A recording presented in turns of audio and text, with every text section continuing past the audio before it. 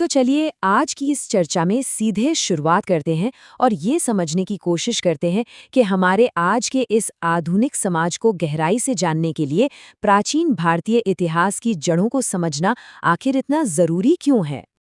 अब टाइमलाइन में जाने से पहले ये सवाल उठाना बहुत लाजमी है कि आखिर आगे बढ़ने के लिए पीछे मुड़कर देखना इतना ज़रूरी क्यों है।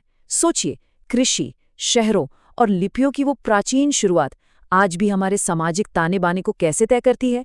बिल्कुल वैसे ही जैसे एक डॉक्टर किसी भी बीमारी के इलाज से पहले मरीज की मेडिकल हिस्ट्री को समझता है, ठीक उसी तरह हमारी वर्तमान सभ्यता को पूरी तरह समझने के लिए अपने अतीत की ओर देखना सबसे अहम कदम है। इस पूरे विश्लेषण का रोड मैप कुछ इस तरह रहेगा। सबसे पहले हमारे प्राचीन मूल की पड़ताल, फिर विविध संस्कृतियों का मिलन, उसके बाद भारतवर्ष का भूगोल, हमारे साझा भाषाई बंधन और अंत में वर्तमान भारत के लिए अतीत से मिलने वाले सबक। चलिए फटाफट आगे बढ़ते हैं। तो हमारा पहला पड़ाव है अपने प्राचीन मूल की तलाश। जरा सोचिए, इस उपमहाद्वीप पर मानव सभ्यता के वो पहले व्यवस्थित कदम कैसे पड़े होंगे। ये एक बेहद शानदार सफर है। जमीन पर खेती करना सीखने से लेकर धीरे धीरे छोटी बस्तियां बसाने तक, फिर उन बस्तियों से बड़े शहरों का निर्माण और आखिरकार लिपियों या यूं कहें कि लिखने की कला का विकास। सच कहा जाए तो यही वो पल था जो पूरी तरह से एक सभ्यता के जन्म का सबसे पक्का सबूत माना जाता है। लेकिन दिलचस्प बात यह है कि विकास का ये सफर कभी भी अकेले तय नहीं हुआ। अलग अलग संस्कृतियों का एक बहुत ही शानदार संगम यहाँ देखने को मिलता है। छोटा नागपुर पठार की मुंडा संस्कृति हो, दक्षिण में द्रविड़ियन या फिर इंडो आर्य, यहाँ तक कि ग्रीक, हूण और कुषाण जैसी बाहरी लहरें भी आईं, और ये सब यहाँ बस आए ही नहीं बल्कि इस सांस्कृतिक ताने बाने में पूरी तरह से घुल मिल गए। मिसाल के तौर पर ग्रीक लोगों ने आकर मूर्ति बनाने की ऐसी नई तकनीकें सिखाईं जिससे हमारी कला और समृद्ध हो गई। यही तो अनेकता में एकता की असली शुरुआत थी। अब आते हैं अपने दूसरे हिस्से पर, इस विविध संस्कृति का एकीकरण। तो ये अलग अलग समूह एक दूसरे के साथ मिले कैसे।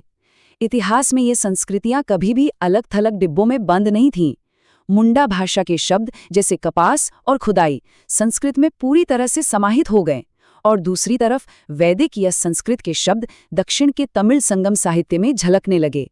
यानी उत्तर भारत की भाषाएं दक्षिण और मुंडा भाषाओं के साथ भारी रूप से घुल मिल रही थीं। ये सांस्कृतिक आदान प्रदान का एक बहुत ही बेहतरीन उदाहरण है। चलिए अब तीसरे पॉइंट की तरफ बढ़ते हैं, भारतवर्ष का भूगोल। ऐतिहासिक तौर पर हिमालय और महासागरों के बीच के इस विशाल भूभाग को हमेशा से एक ही यूनिट की तरह देखा जाता था। भारतवर्ष नाम प्राचीन आर्य जनजाति भरत से आया है और यहाँ के निवासियों को भरत संतति यानी भरत के वंशज कहा गया। इसका सीधा सा मतलब ये है कि ये पूरी की पूरी भौगोलिक टेरिटरी एक साझा पैतृक पहचान के तहत एकजुट थी। और यहीं से जन्म होता है चक्रवर्ती के कॉन्सेप्ट का, एक ऐसा सर्वोच्च सम्राट जिसका राज पूरे भारतीय उपमहाद्वीप पर हो। अशोक और समुद्रगुप्त जैसे शासकों ने इसी अखिल भारतीय आदर्श को पाने का सपना देखा था। मजेदार बात तो ये है कि जब राज्य बटे हुए भी थे, जैसे उत्तर में राजा हर्ष और दक्षिण में राजा पुलकेशिन, तब भी उन्हें ये बखूबी पता था कि वो एक ही भौगोलिक उपमहाद्वीप के दो हिस्से हैं। इस उपमहाद्वीप के नामों का विकास भी काफी मजेदार है। सिंधु असल में पूरी तरह से एक भौगोलिक नदी है। अरब और फारसी लोगों ने नदी के उस पार रहने वाले लोगों के लिए हिंदू शब्द का इस्तेमाल किया। ध्यान देने वाली बात यह है कि ये शुरुआत में विशुद्ध रूप से एक भौगोलिक पहचान थी, ना कि कोई धार्मिक शब्द, और इसी क्षेत्र का यूनानी उच्चारण बाद में इंडिया बन गया। आगे बढ़ते हैं चौथे सेक्शन पर, साझा भाषाई और सांस्कृतिक बंधन। भूगोल से परे भी एक चीज थी जिसने सबको जोड़े रखा। एक बहुत ही कमाल का फैक्ट ये है कि अशोक के शिलालेख पूरे उपमहाद्वीप में फैले हैं और उनमें मुख्य रूप से एक ही भाषा यानी प्राकृत और एक ही लिपि ब्राह्मी का इस्तेमाल हुआ है। ये भाषाई पहुंच अपने आप में पूरे भारत को जोड़ने वाली एक बहुत बड़ी ताकत थी। और सिर्फ भाषा ही नहीं, हमारी कहानियां भी। रामायण और महाभारत जैसे महाकाव्य उत्तर से चलकर दक्षिण तक पहुंचे। जैसे महाबलीपुरम के पल्लव मंदिरों की वास्तुकला में उनकी झलक दिखती है। और ये सिलसिला यही नहीं रुका, ये कहानियां दक्षिण पूर्व एशिया जैसे इंडोनेशिया और वियतनाम तक गईं, इन कथाओं ने स्थानीय भाषाओं में ढलकर पूरे समाज की कल्पना को एक सूत्र में बांधने का काम किया। अब आते हैं आज के आखिरी और शायद सबसे जरूरी हिस्से पर, वर्तमान भारत के लिए अतीत के सबक। देखिए, हम अतीत का कितना भी महिमा मंडन कर लें, हमें कुछ कठोर ऐतिहासिक सच्चाइयों को निष्पक्ष रूप से देखना ही होगा। वर्ण या जाति व्यवस्था के बनने से समाज बटा, जिससे आज तक भेदभाव और अस्पृश्यता जैसी परेशानियां कायम हैं। शूद्रों और महिलाओं को वेदों या जनेऊ से दूर रखने ने मानवीय श्रम और गरिमा को कमजोर किया, और महिलाओं की शिक्षा पर रोक लगाने का ही नतीजा है कि आज भी समाज में महिला सशक्तिकरण के लिए संघर्ष जारी है। इसलिए यहाँ सबसे बड़ा टेकअवे ये है कि प्राचीन काल में जो सामाजिक विखंडन पैदा हुआ, वो हमें याद दिलाता है कि आज के दौर में सिर्फ आधुनिक तकनीकी प्रगति ही काफ़ी नहीं है, उसे सच्चे सामाजिक न्याय के साथ जोड़ा जाना चाहिए। अगर आज के क्षेत्रीय और सामाजिक विभाजनों को सुलझाना है, तो इस ऐतिहासिक जागरूकता से बड़ा कोई हथियार नहीं हो सकता। तो आखिर में इस विचार के साथ हम आज की इस चर्चा को विराम देते हैं। अगर हम अपने इतिहास की इन गलतियों को नज़रअंदाज कर देंगे, तो हम एक न्यायसंगत और समान भविष्य का निर्माण कैसे कर पाएंगे? एक बेहतर कल बनाने के लिए हमें अपने अतीत की उस अद्भुत सांस्कृतिक एकता और उन त्रुटिपूर्ण सामाजिक पदानुक्रमों दोनों को खुले तौर पर समझना और स्वीकार करना होगा। इस सफर में हमारे साथ जुड़े रहने के लिए बहुत बहुत शुक्रिया। नमस्कार। आज की इस विश्लेषण चर्चा में हम एक बहुत ही जबरदस्त विषय पर बात करने वाले हैं। आर.एस. शर्मा की रिसर्च के जरिए हम समझेंगे कि आधुनिक इतिहासकारों ने प्राचीन भारत को आखिर देखा कैसे है। ये पूरी कहानी बहुत दिलचस्प है, क्योंकि समय के साथ इतिहास को पढ़ने और लिखने का नजरिया पूरी तरह से बदलता रहा है। तो आइए सीधे इस सफर पर निकलते हैं और देखते हैं कि बीते हुए कल को अलग अलग दौर में किस तरह से फ्रेम किया गया। इस पूरी चर्चा को 4 मुख्य हिस्सों में बांटा गया है। शुरुआत करेंगे द कॉलोनियलिस्ट जस्टिफिकेशन से, फिर आएंगे द नेशनलिस्ट काउंटर नैरेटिव पर, उसके बाद द नॉन पॉलिटिकल शिफ्ट को समझेंगे और आखिर में आधुनिक द कॉम्युनल अप्रोच पर नजर डालेंगे। एक एक करके इन सभी को खोलते हैं। पहला दौर है द कॉलोनियलिस्ट जस्टिफिकेशन। बात 18th सेंचुरी की है, 1750s के आसपास, जब ब्रिटिश लोग भारत पर अपना कंट्रोल सेट कर रहे थे। अब एक नया प्रशासन चलाना था, खास करके यहाँ की न्याय व्यवस्था या जुडिशरी को लागू करना था। तो उन्हें समझ आ गया कि बिना यहाँ के प्राचीन कानून, नीति नियम और रीति रिवाजों को समझे भारत पर लंबा राज करना नामुमकिन है। और इसी जरूरत के चलते 1770s के दशक में एक अचानक तेजी आती है। सिर्फ एक दशक के अंदर देखिए क्या क्या हुआ। 1776 में मनुस्मृति का ट्रांसलेशन हुआ, जिससे कोड ऑफ जेंटू लॉज नाम दिया गया। फिर 1784 में सर विलियम जोन्स ने एशियाटिक सोसाइटी ऑफ बंगाल बना डाली, जिससे प्राचीन ग्रंथों के अनुवाद को एक सॉलिड फ्रेमवर्क मिल गया। उसके ठीक एक साल बाद 1785 में भागवत गीता का इंग्लिश में अनुवाद हो गया। ये अचानक आई तेजी साफ दिखाती है कि ब्रिटिश प्रशासन कितनी बेचैनी से यहाँ के टेक्स्ट को यूरोपियन तरीके से मैप करना चाहता था। लेकिन जब मैक्स मुलर और विंसेंट आर्थर स्मिथ जैसे अंग्रेज इतिहासकारों ने इन ग्रंथों को पढ़ा, तो उन्होंने कुछ बहुत ही सटीही यानी ग्रॉस जनरलाइजेशंस निकाले। उनका मानना था कि प्राचीन भारतीयों को तो समय और इतिहास का कोई ज्ञान ही नहीं था। ये भी मान लिया गया कि यहाँ के लोग शुरू से ही डेस्पोटिक या तानाशाही शासन के आदी रहे हैं। उनकी नज़र में यहाँ के लोग सिर्फ आध्यात्म और मरने की बात की दुनिया में उलझे हुए थे, जातिवाद में बटे हुए थे, और सेल्फ गवर्नमेंट या राष्ट्रीयता जैसी कोई भावना तो यहाँ थी ही नहीं। अब ध्यान देने वाली बात यह है कि ये सारी बातें सिर्फ एकेडमिक रिसर्च तक सीमित नहीं थी। इनका एक बहुत बड़ा कोर मोटिव था ब्रिटिश इंपीरियलिज्म को ठीक ठहराना। क्योंकि अगर ये साबित कर दिया जाए कि किसी समाज को खुद पर शासन करना आता ही नहीं है और उन्हें तो बस तानाशाही की आदत है, तो ब्रिटिशर्स का वहां आना और राज करना अचानक से बड़ा जस्टिफाइबल लगने लगता है ना? बस यही उनकी मुख्य स्ट्रैटेजी थी। पर इसका जवाब आना तो तय था, और यहीं से शुरू होता है हमारा दूसरा दौर, द नेशनलिस्ट काउंटर नैरेटिव। जब कॉलोनियल इतिहासकारों ने अपने बायसेस सामने रखे, तो नेशनलिस्ट हिस्टोरियंस मैदान में उतरे। उनका लक्ष्य एकदम स्पष्ट था, इन गलत नैरेटिव्स को काउंटर करना, एक सच्चा इतिहास सामने लाना और उस इतिहास की मदद से सामाजिक सुधार और सेल्फ गवर्नेंस की सॉलिड नींव रखना। ये एक जबरदस्त मुकाबला था, जहां कॉलोनियल सोच ये दावा कर रही थी कि यहां सेल्फ गवर्नमेंट जैसी कोई चीज नहीं थी, वहीं नेशनलिस्ट इतिहासकारों ने कड़े सबूत पेश किए। उन्होंने हिस्टोरिकल फैक्ट से दिखाया कि ब्रिटिशर्स के आने से हजारों साल पहले प्राचीन भारत में प्रॉपर रिपब्लिक्स और गणतंत्र थे, सेल्फ गवर्निंग इंस्टीट्यूशंस थे और एक बहुत ही मजबूत लोकल एडमिनिस्ट्रेशन था। ये ब्रिटिश नैरेटिव को बेस से हिला देने वाला काउंटरपंच था। इस दौर के हिस्टोरियंस का काम वाकई काबिले तारीफ है। जैसे राजेंद्र लाल मित्रा ने इंडो एरियंस पर चर्चा की और अर्ली मीट ईटिंग आदतों को सामने रखा। आरजी भंडारकर और पीवी केन जैसे विद्वानों ने हिस्ट्री को सिर्फ ग्लोरिफिकेशन के लिए यूज नहीं किया, बल्कि उन्होंने इसका उपयोग विधवा विवाह को बढ़ावा देने और जाति भेदभाव को खत्म करने जैसे जरूरी सामाजिक सुधारों के लिए किया। फिर आते हैं केपी जायसवाल, जिन्होंने अपनी किताब हिंदू पॉलिटी के जरिए एंशिएंट रिपब्लिक्स का पुख्ता सबूत दुनिया के सामने रख दिया। उस वक्त पॉलिटिकल हिस्ट्री पर बहुत ज्यादा जोर दिया गया, क्योंकि एडमिनिस्ट्रेटिव क्षमता को साबित करना उस दौर की सबसे बड़ी मांग थी। डीआर भंडारकर ने सम्राट अशोक के विशाल प्रशासन की डीप स्टडी की।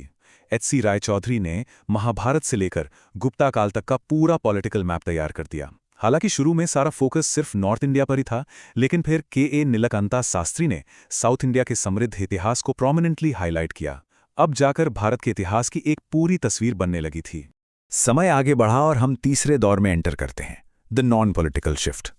20वीं सदी के मध्य तक आते आते नए इतिहासकारों ने महसूस किया कि अगर इतिहास सिर्फ राजा महाराजाओं और युद्धों तक सीमित रहा तो बात अधूरी रह जाएगी। तो यहीं से एक नॉन पॉलिटिकल और ज्यादा ऑब्जेक्टिव तरीके से बीते हुए कल को पढ़ने की शुरुआत हुई। इस दौर में ए.एल. बेशम ने एक बड़ा प्यारा और जरूरी पर्सपेक्टिव दिया। उनकी मशहूर किताब the wonder that was India में उन्होंने लिखा, डू नॉट जज the passed by modern views, यानी अतीत को आज के मॉरल स्टैंडर्ड्स या आधुनिक चश्मे से नहीं देखना चाहिए।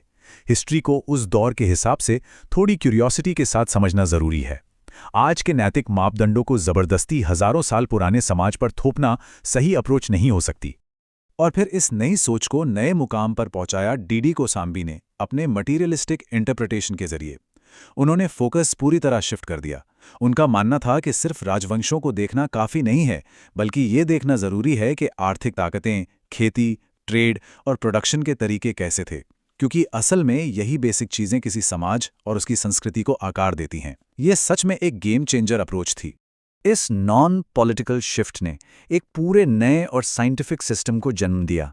आज की हिस्टोरिकल रिसर्च साइंटिफिक आर्कियोलॉजी और इंस्क्रिप्शंस पर डिपेंड करती है। कोई भी एक सोर्स या टेक्स्ट पढ़कर सीधे निष्कर्ष नहीं निकालता, बल्कि सिक्कों और किताबों जैसे मल्टीपल सोर्सेस को आपस में क्रॉस वेरीफाई किया जाता है। इस मॉडर्न अप्रोच में रैशनलिज्म और प्रोफेशनलिज्म पर बहुत जोर है, जहां पुराने दौर वाले अनग्रोस जनरलाइजेशंस के लिए बिल्कुल कोई जगह नहीं बची है। खैर, इतिहास की व्याख्या कभी एक जगह रुकती नहीं है और नए दौर में नए लेंसेज जुड़ते रहते हैं। अब आते हैं चौथे हिस्से पर, जिसे RS. Sharma the communal approach कहते हैं। ये अप्रोच हमें आज के समय की हिस्टोरिकल डिबेट्स को थोड़ा और गहराई से समझने में मदद करती है। तो आखिर ये कम्युनल अप्रोच क्या है? असल में ये अप्रोच प्राचीन इतिहास को मुख्य रूप से एक रिलीजियस लेंस यानी धार्मिक नजरिए से देखती है। शर्मा जी ध्यान दिलाते हैं कि इस फ्रेमवर्क में कई बार वेरीफाइड हिस्ट्री और मिथोलॉजी के बीच की जो लाइन होती है वो धुंधली हो जाती है। इसमें सामाजिक असमानताओं पर उतना जोर नहीं होता और अनवेरीफाइड मिथ्स को सीधे हिस्टोरिकल टाइमलाइन के साथ जोड़ने की कोशिश की जाती है। इसे एक उदाहरण से समझते हैं। मान लीजिए खुदाई में पेंटेड ग्रेवेयर यानी पीजीडब्ल्यू पॉटरी मिलती है। एक ऑब्जेक्टिव एविडेंस के तौर पर यह सिर्फ एक पुराने बर्तन का मिलना है, लेकिन कम्युनल इंटरप्रिटेशन में बाकी सभी ब्रॉड एविडेंसेस को साइड रखकर इस एक पॉट को इस बात का सबूत मान लिया जाता है कि आर्यन सोलली और स्ट्रिक्टली इंडिजिनस यानी स्वदेशी थे। ये एक बढ़िया उदाहरण है जो बताता है कि कैसे किसी खास नैरेटिव को सपोर्ट करने के लिए एविडेंसेस को मोल्ड किया जा सकता है। तो इस लंबे सफर के आखिर में कॉलोनियल जस्टिफिकेशन से लेकर इन आधुनिक डिबेट्स तक आते आते एक बड़ा सवाल बिल्कुल सामने आ खड़ा होता है। अगर हमारा पढ़ा हुआ इतिहास किसी न किसी हिस्टोरियन के एजेंडा से शेप होता है, तो ये सारे बायसेस आज भी प्राचीन भारत के प्रति हमारी समझ को किस हद तक इन्फ्लुएंस कर रहे हैं। ये बिल्कुल सोचने का विषय है कि जो लेंसेज पिछली सदियों में पहने गए थे, क्या आज का वर्ल्ड व्यू उनसे पूरी तरह आज़ाद हो पाया है? इस विचार और इस जरूरी सवाल के साथ इस चर्चा को आज यहीं रोकते हैं। जरा सोचिए, आज हम जिस आरामदायक दुनिया में रहते हैं उसकी शुरुआत कैसे हुई होगी। आज के इस एक्सप्लेनर में हम भारतीय उपमहाद्वीप के इतिहास के एक ऐसे अध्याय को खोलने जा रहे हैं जिसे अक्सर हम नज़रअंदाज कर देते हैं। हम बात कर रहे हैं प्राचीन भारत के पाषाण युग की। ये कहानी सिर्फ कुछ पुराने पत्थरों या टूटे हुए औजारों की नहीं है। ये कहानी हमारे शुरुआती पूर्वजों की है, एक ऐसा अविश्वसनीय सफर जहां इंसान प्रकृति के रहमो करम पर जीने से लेकर धीरे धीरे उस पर अपनी पकड़ मजबूत करने तक पहुंचता है। तो चलिए इस सफर पे चलते हैं। इस ऐतिहासिक सफर की रूपरेखा कुछ इस तरह रहेगी। सबसे पहले प्राचीन भारत का उदय, फिर हम देखेंगे माइक्रोलिथिक क्रांति, उसके बाद पृथ्वी पर नियंत्रण, फिर ताम्रपाषाण युग और आखिर में बात करेंगे पाषाण युग की आज तक मौजूद विरासत की। ठीक है, आइए सीधे इस टाइमलाइन पर गोता लगाते हैं। ये समय का कोई छोटा मोटा हिस्सा नहीं है। हम यहाँ लगभग 5 लाख ईसा पूर्व से शुरू होकर 700 ईसा पूर्व तक की बात कर रहे हैं। भयंकर हिमयुग की जमा देने वाली ठंड से लेकर इंसान के पहली बार धातुओं को पिघलाने तक का सफर। आप जानते हैं, अक्सर हमें लगता है कि भारतीय इतिहास बस सिंधु घाटी सभ्यता से शुरू होता है, लेकिन सच तो यह है कि हमारी कहानी उससे कई कई हजार साल पहले ही शुरू हो चुकी थी। तो शुरुआत करते हैं हमारे पहले और सबसे लंबे पड़ाव से, प्राचीन भारत का उदय यानी पुरापाषाण काल। अब इस स्लाइड पर नजर डालिए। ये वो समय था जब इंसान पूरी तरह से खानाबदोश था। खेती जैसी कोई चीज नहीं थी, बस शिकार करो और जो कंदमूल मिल जाएं उन पर गुजारा करो। उस वक्त सोहन नदी घाटी और प्रायद्वीपीय भारत जैसी जगहों पर शुरुआती इंसानों ने क्वार्ट्जाइट नाम के एक बहुत ही कठोर पत्थर का इस्तेमाल किया और उन्होंने फ्लेकिंग नाम की एक कमाल की तकनीक से इन पत्थरों को छीलकर चॉपर और हाथ की कुल्हाड़ी यानी हैंड एक्स का रूप दिया। सच कहूं तो उस खूंखार दुनिया में जिंदा बचने के लिए ये उनके सबसे बड़े हथियार थे। लेकिन जैसे जैसे मौसम बदला, इंसान भी स्मार्ट होने लगा। पुराने भारी भरकम और मोटे पत्थरों की जगह अब मध्य पुरापाषाण काल की फ्लेक टूल इंडस्ट्री ने ले ली। नेवासा जैसी साइट्स पर हम देखते हैं कि लोगों ने कठोर क्वार्ट्जाइट को छोड़कर चर्ट और जैस्पर जैसे बेहतर पत्थरों का इस्तेमाल शुरू कर दिया था। ये नए टूल पतले, छोटे और खुरचने के काम में कहीं ज्यादा धारदार और असरदार थे। और फिर आता है इस पुराने युग का आखिरी दौर यानी उच्च पुरापाषाण काल। यहां आकर इंसान के दिमाग का विकास एक अलग ही लेवल पर पहुंच जाता है। उनके औजारों में अब धारदार ब्लेड और छेनी शामिल हो गए। और सबसे रोमांचक बात, मध्य प्रदेश के भीमबेटका की गुफाओं में इसी समय के शुरुआती शैल चित्र यानी रॉक पेंटिंग्स मिलती हैं, जिनमें जानवरों और इंसानों की आकृतियां हैं। राजस्थान और महाराष्ट्र में शुतुरमुर्ग के अंडे के छिलकों से बने मनके भी मिले हैं। मतलब सोचिए, वे अब सिर्फ अपनी जान नहीं बचा रहे थे, वे कला बना रहे थे, खुद को सजा रहे थे। चलिए अब आगे बढ़ते हैं दूसरे महत्वपूर्ण चरण की ओर, माइक्रोलिथिक क्रांति यानी मध्य पाषाण काल। अब यहां जो चीज सबसे दिलचस्प है वो है माइक्रोलिथ या सूक्ष्म पाषाण। हिमयुग खत्म हो रहा था, मौसम गर्म और नम हो चला था, हर तरफ हरियाली और जानवर बढ़ रहे थे। इस नए माहौल में इंसान ने उस युग का माइक्रोचिप ईजाद किया। माइक्रोलिथ 5 सेंटीमीटर से भी छोटे ज्यामितीय आकार के औजार होते थे, जैसे त्रिकोण या अर्धचंद्र। इन्हें प्राकृतिक गोंद से लकड़ी या हड्डी के हैंडल में फंसाकर तीर और हंसियां बनाए जाते थे।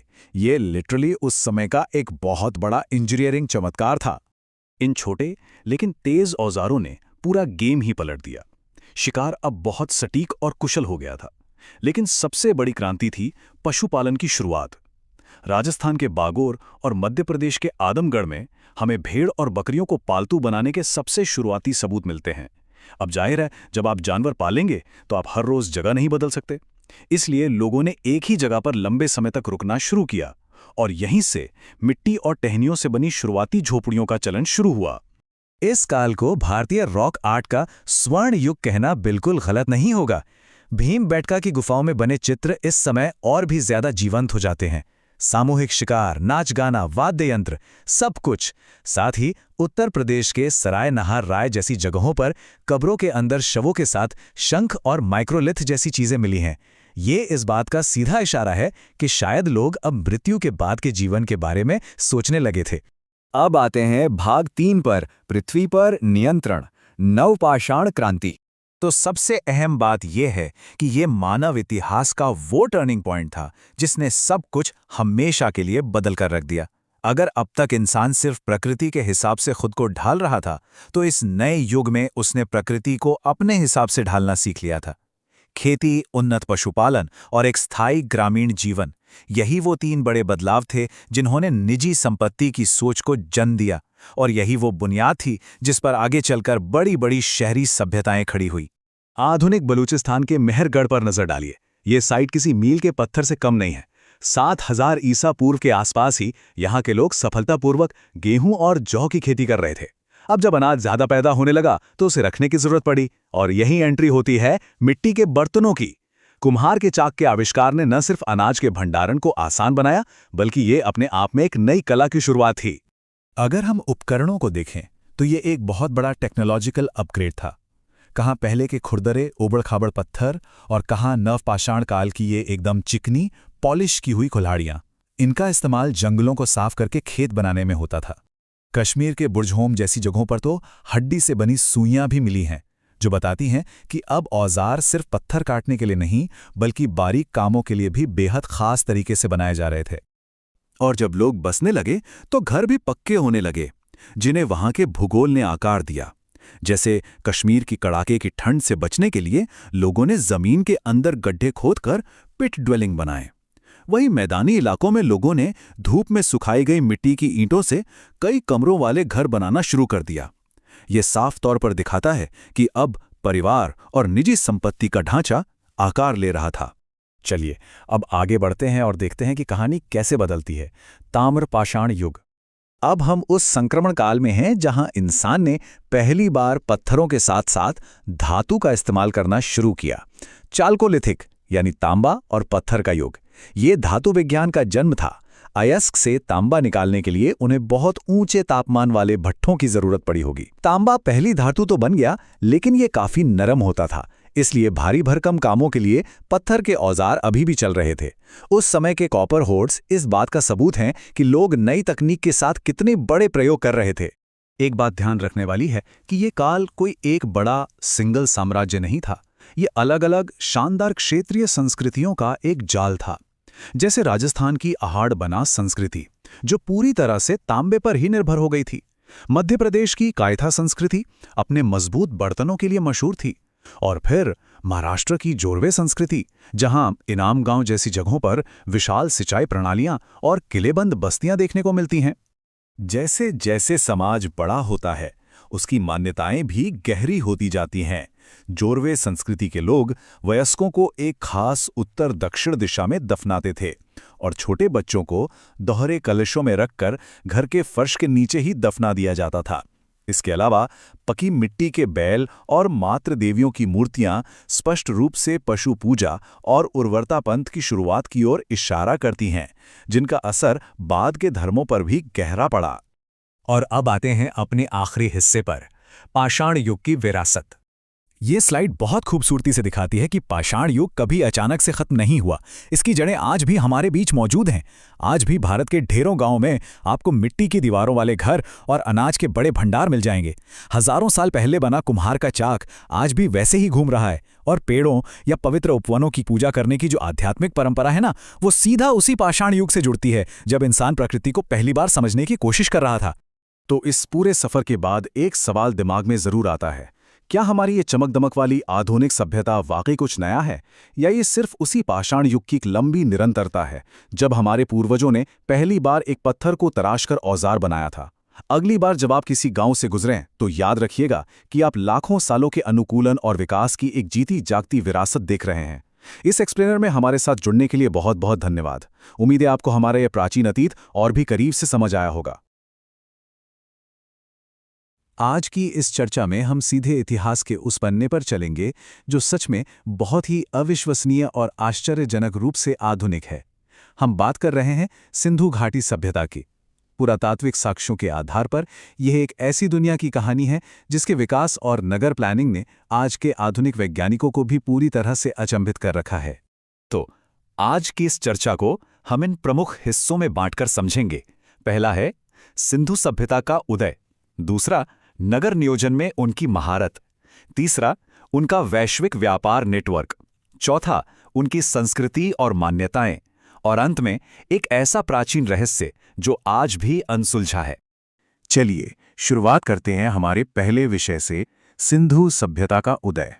सबसे पहले तो ये समझना जरूरी है कि ये सभ्यता आखिर कितनी पुरानी है। कार्बन 14 डेटिंग के आधार पर इसे मुख्य रूप से 2500 से 1750 ईसा पूर्व के बीच का माना जाता है। यानी ये सभ्यता कांस्य युग में पूरे शबाब पर थी और प्राचीन मिस्र और मेसोपोटामिया जैसी महान सभ्यताओं के साथ ही फल फूल रही थी। ये कोई छोटी मोटी बस्ती नहीं थी, बल्कि अपने समय की सबसे विशाल सभ्यताओं में से एक थी।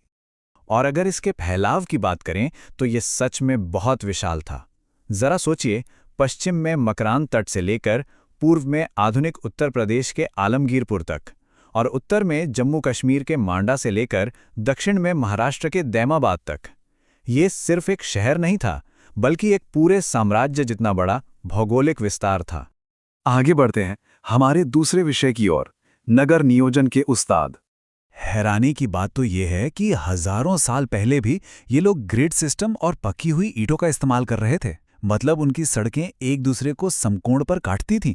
ये साबित करता है कि वे सिर्फ घर नहीं बना रहे थे, बल्कि एक बहुत ही मानकीकृत और व्यवस्थित शहरी जीवन की योजना बना रहे थे, जो बिल्कुल आज के आधुनिक शहरों के मास्टर प्लान जैसा लगता है।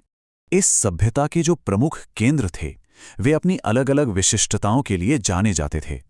उदाहरण के लिए धौलावीरा की विशाल जल संचरण प्रणाली उनके अद्भुत इंजीनियरिंग कौशल का सबूत है, तो वहीं लोथल का डॉकयार्ड यानी गोदीवाड़ा उनकी बेहतरीन समुद्री क्षमताओं को दिखाता है। इसी तरह मोहनजोदड़ो का विशाल स्नानागार और अन्नागार उस दौर के भव्य सार्वजनिक जीवन की गवाही देते हैं। लेकिन दिलचस्प बात यह है कि इस कड़े मानकीकरण के बावजूद कुछ जगहों पर विविधता भी थी। जहां ज्यादातर शहरों में एक किलेबंद नगर और बहुत ही सटीक भूमिगत जल निकासी प्रणाली हुआ करती थी, वहीं चन्हूदड़ो जैसे शहरों में किलेबंदी थी ही नहीं, और बनावली में वो खास ग्रिड पैटर्न नदारत था। ये दिखाता है कि वे नियमों का पालन तो करते थे, लेकिन अपनी जरूरत के हिसाब से उनमें बदलाव करने का लचीलापन भी रखते थे। अब बात करते हैं तीसरे बिंदु की, उनका वैश्विक व्यापार नेटवर्क। इतने बड़े शहरों को चलाने के लिए जाहिर है कच्चे माल का एक विशाल नेटवर्क चाहिए था। अफगानिस्तान से कीमती पत्थर जैसे लापिस लाजुली आ रहे थे, मध्य एशिया से जेड आ रहा था, तो सुदूर दक्षिण भारत और फारस से सोना मंगाया जा रहा था। ये कोई साधारण अर्थव्यवस्था नहीं थी, बल्कि एक बेहद परिष्कृत आर्थिक इंजन था। और सिर्फ मंगा ही नहीं रहते, बल्कि भारी मात्रा में सामान बाहर भेज भी रहे थे। सबसे कमाल की बात तो यह है कि वे पूरी दुनिया में कपास उगाने वाले सबसे पहले लोग थे। प्राचीन यूनानी इसे सिंडन कहते थे, जो सीधा सिंधु शब्द से ही निकला है। इसके अलावा बेहतरीन कारीगरी वाले मनके, हाथी दांत के उत्पाद और टेराकोटा की मूर्तियां भी उनके निर्यात का एक बहुत बड़ा हिस्सा थीं। अब यहाँ एक बहुत ही हैरान करने वाली पहेली सामने आती है। सोचिए, मेसोपोटामिया के साथ इतना बड़ा अंतर्राष्ट्रीय व्यापार चल रहा है, दिलमुन जैसे मध्यवर्ती स्टेशन बने हुए हैं, लेकिन बिना किसी ढले हुए सिक्के या लोहे के इस्तेमाल के।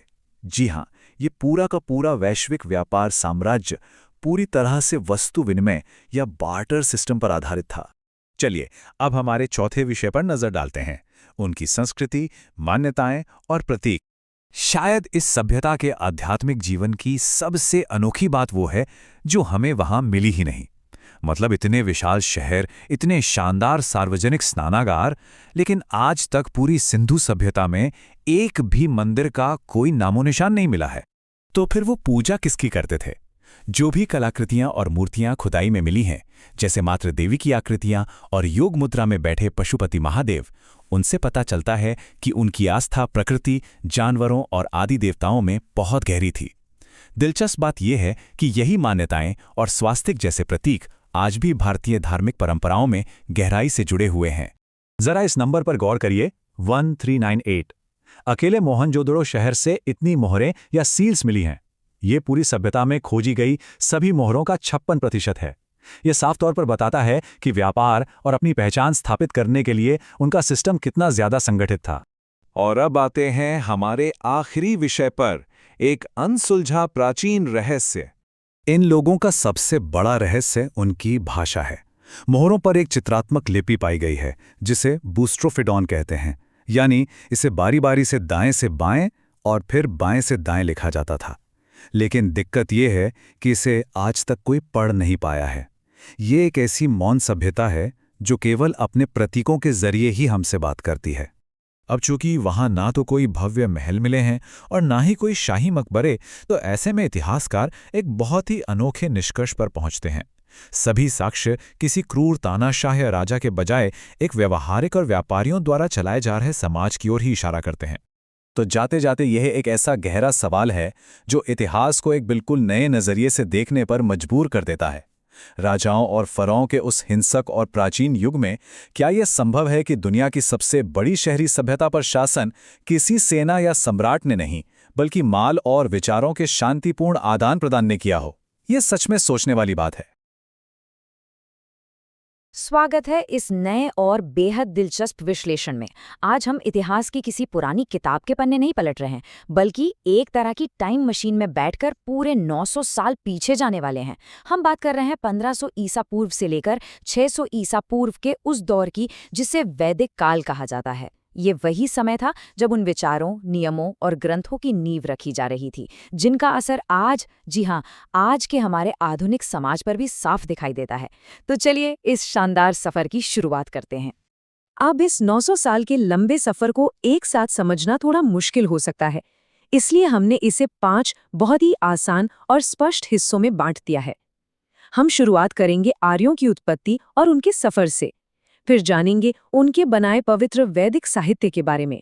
इसके बाद हम उनके समाज, शासन व्यवस्था को देखेंगे और अंत में समझेंगे कि उनका धर्म कैसे विकसित हुआ। खंड 1, उत्पत्ति और भौगोलिक परिवर्तन। आइए सीधे आर्यों के सफर पर चलते हैं। आर्य आखिर आए कहाँ से थे? ये सवाल हमेशा से एक बड़ी बहस का मुद्दा रहा है, लेकिन इसमें मैक्स मूलर का मध्य एशिया सिद्धांत सबसे ज्यादा माना जाता है। और पता है क्यों? क्योंकि तुर्की में मिले बोगस कोई शिलालेख से इसे बहुत मजबूत सबूत मिलते हैं। उस प्राचीन शिलालेख में बाकायदा इंद्र, वरुण, मित्र और नासत्य जैसे हमारे प्रमुख वैदिक देवताओं के नाम खुदे हुए हैं। है ना कमाल की बात? अब ये कोई रातों रात हुआ जादू तो था नहीं, ये एक बहुत लंबा सफर था। 2000 ईसा पूर्व के आसपास लोगों ने मध्य एशिया से निकलना शुरू किया। सदियों तक चलते चलते लगभग 1500 ईसा पूर्व में ये समूह आकर बसे उस इलाके में जिसे आज हम पंजाब कहते हैं, और फिर अगले कई सौ सालों में यानी 600 ईसा पूर्व तक आते आते ये लोग धीरे धीरे उपजाऊ गंगा और यमुना की घाटियों में पूरी तरह फैल गए। जब ये लोग पंजाब में बसे तो उन्होंने उस जगह को नाम दिया सप्त सिंधु, यानी 7 नदियों की भूमि। और सबसे दिलचस्प बात यहाँ ये है कि उन नदियों के जो नाम ऋग्वेद में हैं वो आज भी हमारे भूगोल में जिंदा हैं। जरा सोचिए, आज जिसे हम रावी नदी कहते हैं वो उस दौर में परुष्णी कहलाती थी, और आज की झेलम असल में प्राचीन वितस्ता है। इतिहास और आज के भूगोल का ये तालमेल वाकई अद्भुत है। चलिए आगे बढ़ते हैं खंड 2 की तरफ, पवित्र वैदिक साहित्य, ज्ञान की नींव। अब जरा एक पल के लिए सोचिए, उस दौर में ज्ञान को सहेजा कैसे जाता होगा, क्योंकि कोई पेन, पेपर या हार्ड ड्राइव तो थी नहीं। यहीं पर श्रुति का कॉन्सेप्ट आता है। श्रुति का मतलब है सुनना। कई पीढ़ियों तक इन गहरे श्लोकों और मंत्रों को बिना लिखे केवल सुनकर और रटकर पिता से पुत्र और गुरु से शिष्य तक पहुंचाया गया। ये अपने आप में किसी चमत्कार से कम नहीं है। इन वेदों को अपौरुषेय कहा गया, जिसका मतलब है कि इन्हें किसी इंसान ने नहीं लिखा, बल्कि ये सीधे ईश्वर की तरफ से मिले हैं। अगर हम ऋग्वेद की बात करें तो इसके लिए एक बहुत ही मशहूर बात कही जाती है कि ये मानव जाति का पहला वसीयतनामा है। दुनिया के इस सबसे पुराने ग्रंथ में ठीक 1028 सूक्त हैं।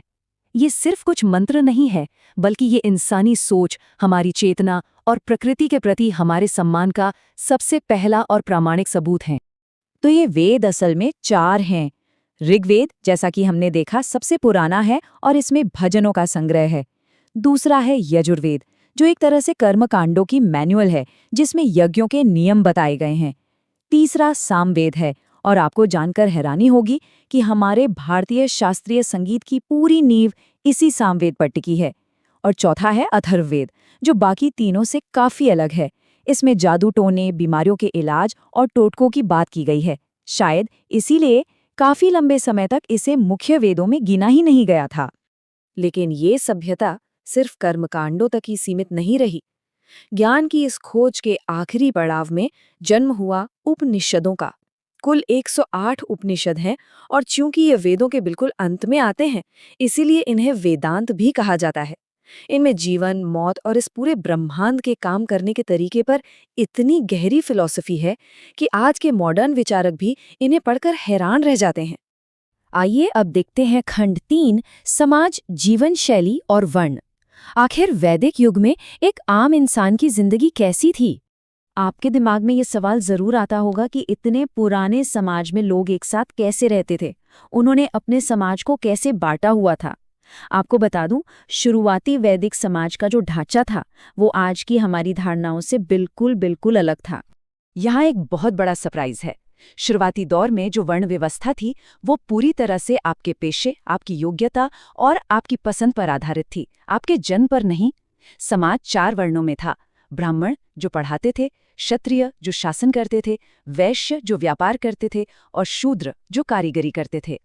ग्रंथों में एक बहुत ही कमाल का उदाहरण है जहां एक व्यक्ति कहता है कि मैं एक कवि हूं, मेरे पिता डॉक्टर हैं और मेरी माँ चक्की पीसने का काम करती है। यानी एक ही घर में अलग अलग वर्ण के लोग, कोई भेदभाव नहीं, कोई जन्म का बंधन नहीं। और अगर हम अर्थव्यवस्था या इकोनॉमी की बात करें तो उस समय कोई शेयर बाजार या बैंक बैलेंस नहीं था। तो अमीर कौन था? वो व्यक्ति जिसके पास सबसे ज्यादा गाय होती थी। गाय की अहमियत इतनी ज्यादा थी कि उसे अघन्या घोषित कर दिया गया था, जिसका मतलब है जिसे कभी मारा न जा सके। अगर कोई गाय को नुकसान पहुंचाता तो उसे देश निकाला या यहाँ तक कि मौत की सजा भी मिल सकती थी। ये वो दौर था जब समाज धीरे धीरे पशुपालन से पूरी तरह खेतीबाड़ी की तरफ बढ़ रहा था। आगे बढ़ते हैं खंड 4 की ओर, शासन और सभाएं। इस समय राज्य या देश कैसे बन रहे थे? एक पूरा देश रातों रात नहीं बनता। इसकी शुरुआत होती है सबसे छोटी इकाई यानी कुल या एक परिवार से। कई परिवार जब एक साथ आते हैं तो एक ग्राम यानी गांव बनता है। गांव का समूह विश या कबीला कहलाता था।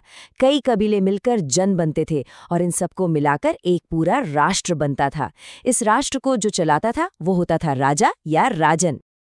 अब राजा शब्द सुनकर लगता है कि वो तो अपनी मनमानी करता होगा, है ना? लेकिन ऐसा बिल्कुल नहीं था। उस वक्त भी चेक्स एंड बैलेंसेस का बहुत पक्का सिस्टम था। राजा पर नजर रखने के लिए सभा और समिति हुआ करती थी।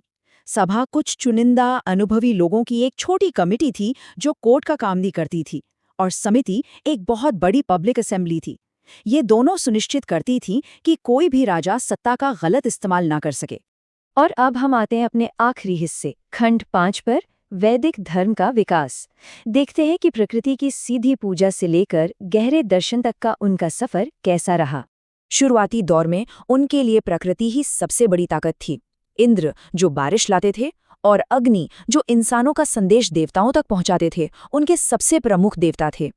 लेकिन जैसे जैसे समय बीता और हम उत्तर वैदिक काल में पहुंचे, चीजें बदलने लगीं। इंद्र और अग्नि की जगह प्रजापति ने ले ली, जिन्हें इस पूरी दुनिया का सुप्रीम रचयिता माना गया। इसके साथ ही संरक्षक के रूप में विष्णु और रुद्र का महत्व भी बहुत तेजी से बढ़ गया। धर्म के इस विकास में एक बहुत ही क्रांतिकारी विचार सामने आया। बृहदारण्यक उपनिषद में पहली बार कर्म और पुनर्जन्म के सिद्धांत को दुनिया के सामने रखा गया। ये विचार कि आप आज जो अच्छे या बुरे कर्म करेंगे वही आपके अगले जन्म का फैसला करेंगे, ये कोई छोटी बात नहीं थी। इसने इंसान की सोच को एक बिल्कुल नया और बहुत ही गहरा आयाम दिया। धर्म के साथ साथ समाज की भव्यता भी बढ़ रही थी। जो पूजा पाठ पहले घर का मुखिया खुद अग्निहोत्र के रूप में बहुत सादगी से कर लेता था, वो अब विशाल शाही यज्ञों में बदल गए थे। उदाहरण के लिए राजसूय यज्ञ सोचिए, एक राजा का राज्याभिषेक समारोह जो 1 साल से भी ज्यादा लंबा चलता था और जिसमें कम से कम 17 पुजारियों की जरूरत होती थी। ये सिर्फ भगवान की पूजा नहीं थी, बल्कि अपनी राजनीतिक ताकत और रुतबे को दुनिया के सामने दिखाने का एक बहुत बड़ा जरिया बन चुका था। तो इस 900 साल के शानदार सफर को देखने के बाद एक बड़ा सवाल हमारे सामने खड़ा होता है। 1500 ईसा पूर्व से 600 ईसा पूर्व के बीच जो बीज बोए गए, चाहे वो कर्म का सिद्धांत हो या फिर सभा और समिति जैसी लोकतांत्रिक सोच, उन्होंने आज की हमारी आधुनिक दुनिया को कैसे और कितना आकार दिया है? क्या हम आज भी अनजाने में उसी वैदिक नींव पर खड़े हैं? इस विचारोत्तेजक सवाल के साथ हमारा ये विश्लेषण यहीं समाप्त होता है। इस ऐतिहासिक सफर में हमारे साथ जुड़ने के लिए आपका बहुत बहुत धन्यवाद। नमस्कार। आज के इस एक्सप्लेनर में हम एक ऐसी जबरदस्त कहानी पर बात करेंगे जहां एक टुकड़ों में बटे हुए प्राचीन भारतीय उपमहाद्वीप ने अपनी सबसे पहली महान सुपर पावर को जन्म दिया और उसी के साथ शुरुआत की एक बिल्कुल नई आध्यात्मिक क्रांति की। हम बात कर रहे हैं 600 बीसी से 325 बीसी के उस दौर की जिसने भारत का इतिहास हमेशा के लिए बदल कर रख दिया। तो आइए जल्दी से देखते हैं कि आज हम क्या क्या कवर करने वाले हैं। हम शुरू करेंगे इन 16 महान राज्यों के chaotic दौर से, फिर ट्रैक करेंगे मगध के भयानक उदय को, 3 महान राजवंशों को देखेंगे, पश्चिमी आक्रमण की बात करेंगे और आखिर में समझेंगे उन मैसिव सांस्कृतिक बदलावों को जो इसके बाद आए। शुरुआत करते हैं हमारे पहले हिस्से से, 6ठी सदी ईसा पूर्व का वो फ्रैक्चर्ड पॉलिटिकल लैंडस्केप जिसे हम 16 महान राज्यों के दौर के नाम से जानते हैं। अब यहाँ हमें सत्ता की एक जबरदस्त टक्कर देखने को मिलती है। एक तरफ थे ट्रेडिशनल मोनार्कीज, यानी वो राजशाही राज्य जिनकी कमान पूरी तरह से राजाओं के हाथ में थी, जैसे मगधा, कोसाला और काशी, जिनका पूरा ध्यान अपने इलाके बढ़ाने पर था। और दूसरी तरफ थे रिपब्लिकन्स या गणराज्य, जहां शासन किसी एक इंसान का नहीं था, जैसे वज्जी और मल्ला। इन दोनों सिस्टम्स के बीच कंट्रोल के लिए लगातार खींचतान चल रही थी। अब आप शायद सोच रहे होंगे कि इन सब के बारे में हमें पता कहाँ से चलता है। दरअसल इन 16 महाजनपदास के बारे में हमारी जानकारी का सबसे बड़ा सोर्स खुद प्राचीन बुद्ध ग्रंथ हैं, जैसे अंगुत्तरा निकाया और साथ ही जैन साहित्य भी। इन्हीं प्राचीन टेक्स्ट्स ने इन महान क्षेत्रों और उनके आपस में चल रहे पावर स्ट्रगल्स को दर्ज किया है। आगे बढ़ते हैं हमारे दूसरे हिस्से की तरफ, मगध का उदय। इन 16 राज्यों में से 4 बड़ी ताकतों के बीच डोमिनेंस के लिए जंग चली, पर आखिर में मगध ने सबको पीछे छोड़ दिया। देखिए, सच कहूं तो मगध को ना एक भूगोलिक लॉटरी लग गई थी। उनकी पुरानी राजधानी राजगीर के पास लोहे के विशाल भंडार थे, जिससे उन्हें बेहतरीन हथियार और जंगल साफ करने वाले उपकरण मिल गए।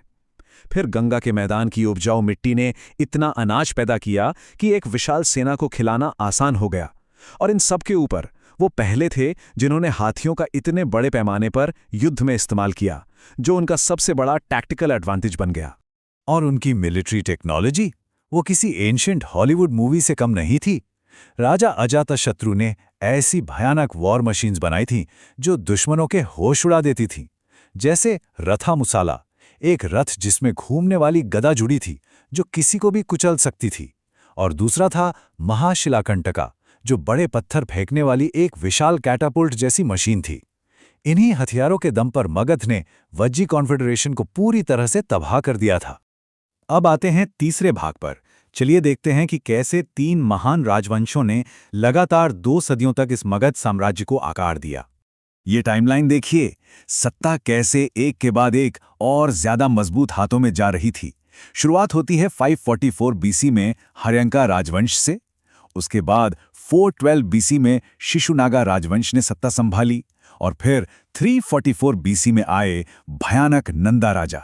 आखिर में इन्हीं नंदास को हटाकर मौर्यन साम्राज्य का आगाज हुआ। ये लीडर्स अपने आप में बेहद निर्दयी और नए आविष्कारक थे।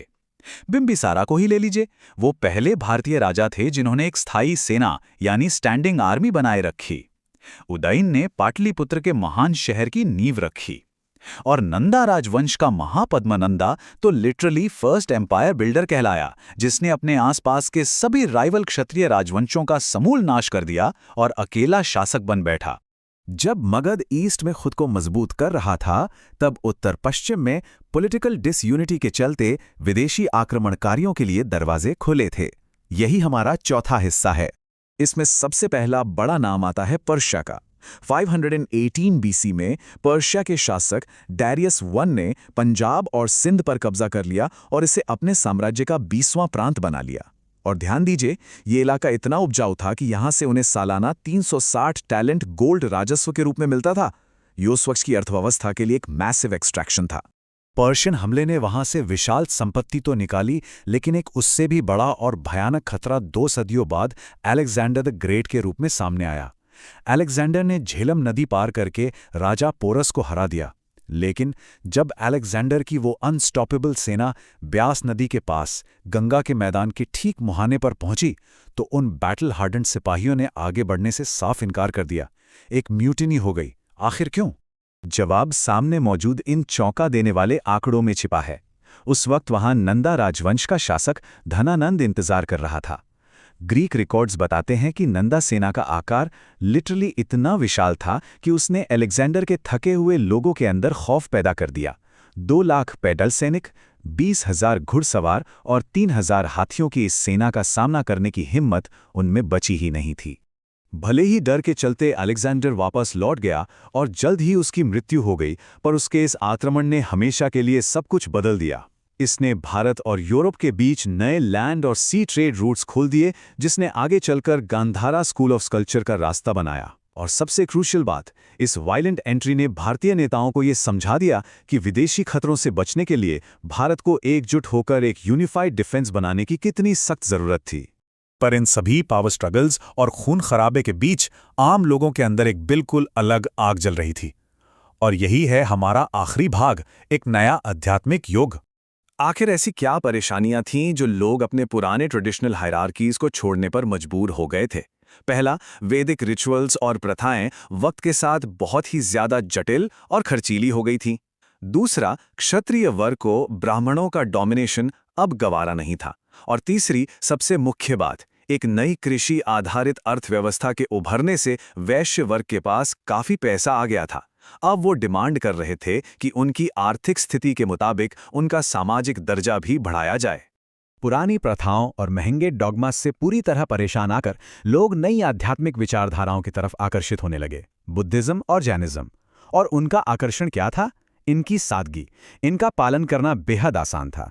ये इकोनॉमिकल थे और उस वक्त सोसाइटी में जो नए बदलाव आ रहे थे, ये उनके साथ बिल्कुल ठीक बैठते थे। तो इस एक्सप्लेनर के अंत में हम एक बहुत ही रोचक सवाल पर आ जाते हैं। जरा सोचिए कि कैसे भूगोल और मिलिट्री टेक्नोलॉजी न सिर्फ एक निर्दयी साम्राज्य बनाते हैं, बल्कि इंसानी विचार और धर्म के विकास को भी फोर्स कर देते हैं। ये वाकई हैरान करने वाली बात है कि जिन लोहे और अनाज ने भारत की पहली सबसे डरावनी वॉर मशीन बनाई, क्या उसी ने इनएडवर्टेंटली मानव इतिहास के सबसे शांतिपूर्ण आंदोलनों को भी फंड किया? ये एक ऐसी थॉट प्रोवोकिंग बात है जिस पर आगे जरूर विचार किया जाना चाहिए। आपका इस सफर में मेरे साथ जुड़ने के लिए शुक्रिया। नमस्कार, स्वागत है आपका इस चर्चा में। आज हम प्राचीन भारत के उस महान आध्यात्मिक दौर की बात करने वाले हैं जिसने दुनिया को दो अनूठे और विशाल दार्शनिक मार्ग दिए। इस विश्लेषण के जरिए हम कुछ बेहद रोचक तथ्यों को देखेंगे और उन सदियों पुरानी परंपराओं की गहराई में उतरेंगे जो आज तक हमारे समाज को आकार दे रही हैं। तो चलिए इस सफर की शुरुआत करते हैं। फटाफट एक नजर डालते हैं कि आज हम क्या क्या समझने वाले हैं। हम शुरू करेंगे इन दोनों रास्तों की शुरुआत से। फिर हम जैन धर्म, भगवान महावीर और बौद्ध धर्म में बुद्ध के सफर को समझेंगे। इसके अलावा हम इनके मूल सिद्धांत, सांप्रदायिक विकास और अंत में उनकी अनंत दार्शनिक विरासत पर ध्यान केंद्रित करेंगे। देखिए, कहानी की शुरुआत होती है करीब 6वीं शताब्दी ईसा पूर्व में। ये एक ऐसा वक्त था जब लोग सदियों पुरानी कठोर परंपराओं पर सवाल उठा रहे थे। और यहाँ एक बहुत ही दिलचस्प बात है, दोनों ही परंपराओं की शुरुआत राजकुमारों ने की थी। सोचिए जरा, एक तरफ जैनत्रिका वंश के वर्धमान महावीर हैं जिन्होंने 30 साल की उम्र में अपना साला राजपाट छोड़ दिया। दूसरी तरफ शाक्य वंश के सिद्धार्थ गौतमा हैं जिन्होंने 29 साल की उम्र में महलों का आयशो आराम ठुकरा दिया। दोनों ने ही परम सत्य की खोज में सब कुछ त्याग दिया और आगे चलकर अपने अपने धर्म के संस्थापक बने। तो चलिए सबसे पहले हम पहले मार्ग यानी जैन परंपरा और इसके संस्थापकों को थोड़ा और करीब से समझते हैं। आपको शायद पता हो कि जैन धर्म की नींव किसी एक इंसान ने नहीं रखी थी। इसे बनाया था पूरे 24 तीर्थंकरों ने। तीर्थंकर का मतलब होता है फोर्ड मेकर, यानी एक ऐसा मार्गदर्शक जो सांसारिक दुखों की इस गहरी नदी को पार करने का रास्ता बनाता है। ये सिलसिला पहले तीर्थंकर ऋषभादेवा से शुरू होकर 24वें तीर्थंकर महावीर पर पूरा होता है। एक वाकई नोटेबल फैक्ट ये है कि हमारे सबसे पुराने ग्रंथ ऋग्वेद में भी ऋषभा और अरिष्टानेमी का जिक्र मिलता है। इससे पता चलता है कि ये परंपरा कितनी प्राचीन है। महावीर का एक आम इंसान से केवलिन यानी पूर्ण ज्ञानी बनने का सफर सच में हैरान करने वाला है। 540 ईसा पूर्व में जन्म लेने के बाद उन्होंने ठीक 30 वर्ष की उम्र में संन्यास ले लिया। 12 साल की बेहद कठोर तपस्या के बाद 42 की उम्र में उन्हें कैवल्य प्राप्त हुआ। कैवल्य यानी वो सर्वोच्च ज्ञान जहां आत्मा सारे बंधनों से आजाद हो जाती है। अंततः 72 वर्ष की आयु में पावापुरी में उनका निधन हुआ। उनकी इस त्याग भरी यात्रा ने ही उन्हें जीना बनाया, यानी वो विजेता जिसने अपनी सभी इंद्रियों को जीत लिया हो। अब सवाल उठता है कि इस आचरण की बुनियाद क्या है? वो बुनियाद हैं ये 5 कठोर व्रत, जिन्हें पंच महाव्रतास कहा जाता है। पहले 4 व्रत अहिंसा, सत्य, अस्तेय यानी चोरी ना करना और अपरिग्रह यानी संपत्ति इकट्ठा ना करना, ये 23वें तीर्थंकर पार्श्वनाथ ने बताए थे। महावीर ने इसमें 5वां व्रत जोड़ा, ब्रह्मचर्य, यह रास्ता कितना अनुशासित है, इसका अंदाजा आप इस बात से लगा सकते हैं कि अहिंसा का पालन करने के लिए कई भिक्षु मुंह पर कपड़ा बांधते हैं और चलते वक्त रास्ता साफ करते हैं ताकि गलती से भी किसी सूक्ष्म जीव को नुकसान ना पहुंचे। अब ये जो दर्शन है ना, स्यादवादा या शायद का सिद्धांत, ये वाकई बहुत आधुनिक सोच से मेल खाता है। ये किसी भी बात को पूरी तरह से हाँ या ना में बांटने को नकार देता है। इसका मानना है कि हमारी समझ हमेशा थोड़ी लिमिटेड और कंडीशनल होती है। आसान शब्दों में कहें तो किसी भी एक सच को देखने के कई नजरिए हो सकते हैं। ये खुद में एक बहुत ही खूबसूरत तरीका है दूसरों के विचारों का सम्मान करने का। वक्त के साथ साथ भौगोलिक दूरियों और अलग-अलग परिस्थितियों के चलते इस धर्म में कुछ सांप्रदायिक बदलाव आए हैं। आइए देखते हैं कैसे। सोचिए, उस जमाने में बिना किसी आधुनिक टेक्नोलॉजी के इन पवित्र ग्रंथों को कैसे सुरक्षित रखा गया होगा। ये सब हुआ इन महान दार्शनिक बैठकों के जरिए। 300 ईसा पूर्व में पाटलिपुत्र में पहली जैन संगीति हुई और ठीक 800 साल बाद 512 ईस्वी में वल्लभी में दूसरी संगीति। सदियों के इस अंतर में भी महान विद्वानों ने इन मूल शिक्षाओं को 12 अंगस और 12 उपअंगस में संकलित करके हमेशा के लिए बचा लिया। फिर करीब 298 ईसा पूर्व में एक ऐतिहासिक मोड़ आया। मगध में एक भयंकर अकाल पड़ा। भूखमरी से बचने के लिए भद्रबाहु के नेतृत्व में भिक्षुओं का एक बड़ा हिस्सा दक्षिण भारत चला गया। उन्होंने वहां कड़ी तपस्या और नग्नता के नियम का वैसा ही पालन किया जैसे महावीर करते थे। ये दिगंबर कहलाए। और जो लोग स्थूलाभद्रा के साथ मगध में रुक गए, उन्होंने वक्त के हिसाब से सफ़ेद कपड़े पहनने शुरू कर दिए, जिन्हें हम श्वेतांबर कहते हैं। दोनों की मूल शिक्षाएं एक हैं, बस तरीका थोड़ा अलग हो गया। जैन धर्म के इन मूल रूप को समझने के बाद चलिए अब इस चर्चा का रुख सिद्धार्थ गौतमा की कहानी की तरफ करते हैं। सिद्धार्थ का बचपन बिल्कुल एक सुरक्षित बबल में बीता था, पर सब कुछ तब बदला जब उन्होंने महल से बाहर 4 दृश्य देखे। एक बूढ़ा आदमी, एक बीमार व्यक्ति, एक शव और एक शांत सन्यासी। इन नज़ारों ने उन्हें इतना झंझोड़ दिया कि 29 साल की उम्र में उन्होंने सच की तलाश में सब कुछ छोड़ दिया, जिसे महाभिनिष्क्रमणा कहा गया। बरसों की तलाश और गहरे ध्यान के बाद 35 साल के आयु में बोधगया में एक पीपल के पेड़ के नीचे उन्हें निर्वाणा मिला और 80 वर्ष की आयु में कुशीनगर में उनका महापरिनिर्वाणा हुआ। ज्ञान मिलने के बाद बुद्ध ने जीवन के सबसे बड़े सच को बस 4 बातों में समझा दिया, जिन्हें हम 4 आर्य सत्य कहते हैं। पहला सत्य, ये दुनिया दुखों से भरी है। दूसरा सत्य, इस दुख का एक कारण है जो है हमारी अनंत कामनाएं। तीसरा सत्य, इस दुख को पूरी तरह खत्म किया जा सकता है। और चौथा सत्य, इस दुख को खत्म करने का एक निश्चित मार्ग है। ये महज दर्शन नहीं, बल्कि जीवन की परेशानियों को सुलझाने का एक प्रैक्टिकल नुस्खा था। दुखों को हमेशा के लिए दूर करने का वो निश्चित मार्ग क्या है? वो है अष्टांगी का मार्ग, यानी 8 अंगों वाला रास्ता। इसे मुख्य रूप से 3 हिस्सों में बांटा गया है। प्रज्ञा यानी बुद्धि और सही दृष्टिकोण, शील यानी नैतिक आचरण जैसे सही शब्द और सही कर्म, और समाधि यानी मानसिक अनुशासन। एक तरह से ये मध्यम मार्ग यानी मिडिल पाथ है, जो हमें अत्यधिक संयम और अत्यधिक भोगविलास दोनों ही एक्सट्रीम से बचाता है। बिल्कुल, जैन धर्म की तरह बुद्धा के जाने के बाद उनकी शिक्षाओं को भी सुरक्षित और व्यवस्थित करने की जरूरत पड़ी, जिसके चलते नए संप्रदाय बने। यहाँ एक बहुत ही नोटेबल फैक्ट है कि बौद्ध धर्म एक छोटे से क्षेत्र से निकलकर पूरी दुनिया में कैसे फैला। इसका बड़ा श्रेय उस दौर के महान राजाओं को जाता है, चाहे वो अजातशत्रु हों या सम्राट अशोका, जिन्होंने अपने प्रचारक दुनिया भर में भेजे, या फिर राजा कनिष्का। इन राजाओं के संरक्षण में हुई इन संगीतियों यानी बैठकों ने ही इस धर्म की नींव को अंतर्राष्ट्रीय स्तर पर मजबूत किया। आगे चलकर चौथी संगीति तक आते आते शिक्षाओं को समझने के तरीके में बड़ा अंतर आ गया और अनुयायी 2 हिस्सों में बंट गए। एक तरफ थे हीनयाना, जो मूल शिक्षाओं पर चलते थे, पाली भाषा का प्रयोग करते थे और मूर्ति पूजा में विश्वास नहीं रखते थे। दूसरी तरफ महायाना उभरा, जिन्होंने बोधिसत्व की धारणा अपनाई, यानी ऐसे लोग जो दूसरों की मुक्ति के लिए अपना निर्वाणा रोकते हैं। उन्होंने मूर्ति पूजा शुरू की और संस्कृत भाषा अपनाई, जिससे ये दर्शन पूरे एशिया में अत्यधिक तेजी से फैल गया। ये सारी मूल शिक्षाएं सुरक्षित कैसे रखी गई? त्रिपिटका के जरिए।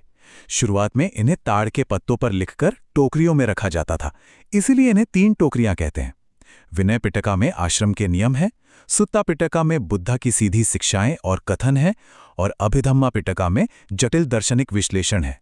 यही वो मूल साहित्य है जिस पर आज भी पूरा बौद्ध दर्शन टिका हुआ है। तो अब वक्त आ गया है कि हम एक कदम पीछे लें और देखें कि इन दोनों विशाल परंपराओं की हमारी आज की दुनिया पर क्या अनंत सांस्कृतिक छाप पड़ी है। भले ही इन दोनों मार्गों के तरीके अलग थे, पर दोनों में एक बहुत खूबसूरत समानता है। त्रिरत्ना यानी 3 रत्न। जैन धर्म में सच्चा रास्ता सम्यक श्रद्धा, ज्ञान और आचरण से होकर गुजरता है। वहीं बौद्ध धर्म में बुद्धा, धर्मा और संघ को रत्ना माना गया है।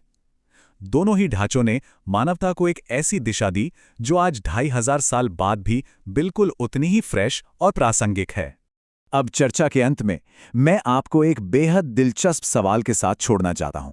सोचिए जरा, आज की इस अंधी दौड़, फास्ट पेस्ड और आधुनिक दुनिया में जहां हर कोई किसी न किसी एक्सट्रीम पर बैठा है, क्या वहां एब्सोल्यूट अहिंसा और मध्य मार्ग यानी बीच का रास्ता हमारे असंतुलन और तनाव को दूर करने का सबसे सच्चा इलाज बन सकते हैं? क्या इतिहास के पास हमारी आज की मानसिक शांति की चाबी है? इस बारे में जरूर सोचिएगा। इस आध्यात्मिक और दार्शनिक विश्लेषण में मेरे साथ जुड़े रहने के लिए आपका बहुत बहुत धन्यवाद। नमस्ते। प्राचीन भारत का एक ऐसा साम्राज्य जिसने उपमहाद्वीप का नक्शा और इतिहास दोनों ही हमेशा के लिए बदल कर रख दिए। हाँ, आज के इस एक्सप्लेनर में हम बात कर रहे हैं मौर्य काल की।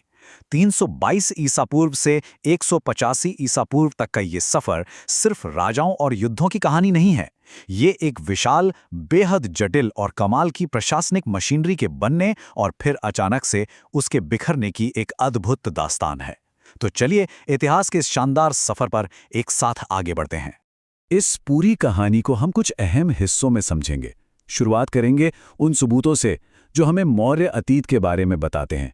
फिर देखेंगे साम्राज्य का उदय, अशोक का धम्म की तरफ वो ऐतिहासिक बदलाव, उनकी विशाल मशीनरी जैसे नौकरशाही, और अंत में इसके समाज, अर्थव्यवस्था और पतन की ओर नजर डालेंगे। पहला भाग, मौर्य अतीत की खोज। अब एक बड़ा सवाल ये उठता है कि आखिर हजारों साल पहले की ये बारीक बातें हमें पता कैसे चली? इसमें उस दौर की कुछ बेहद खास किताबों का अहम योगदान है, जैसे कौटिल्य का अर्थशास्त्र, जिसे उस समय की राजनीति और अर्थव्यवस्था का मास्टर मैनुअल कहा जा सकता है। वहीं मेगास्थनीज की इंडिका एक विदेशी राजदूत के नजरिए से भारत को दिखाती है, जो सच में काफी दिलचस्प है।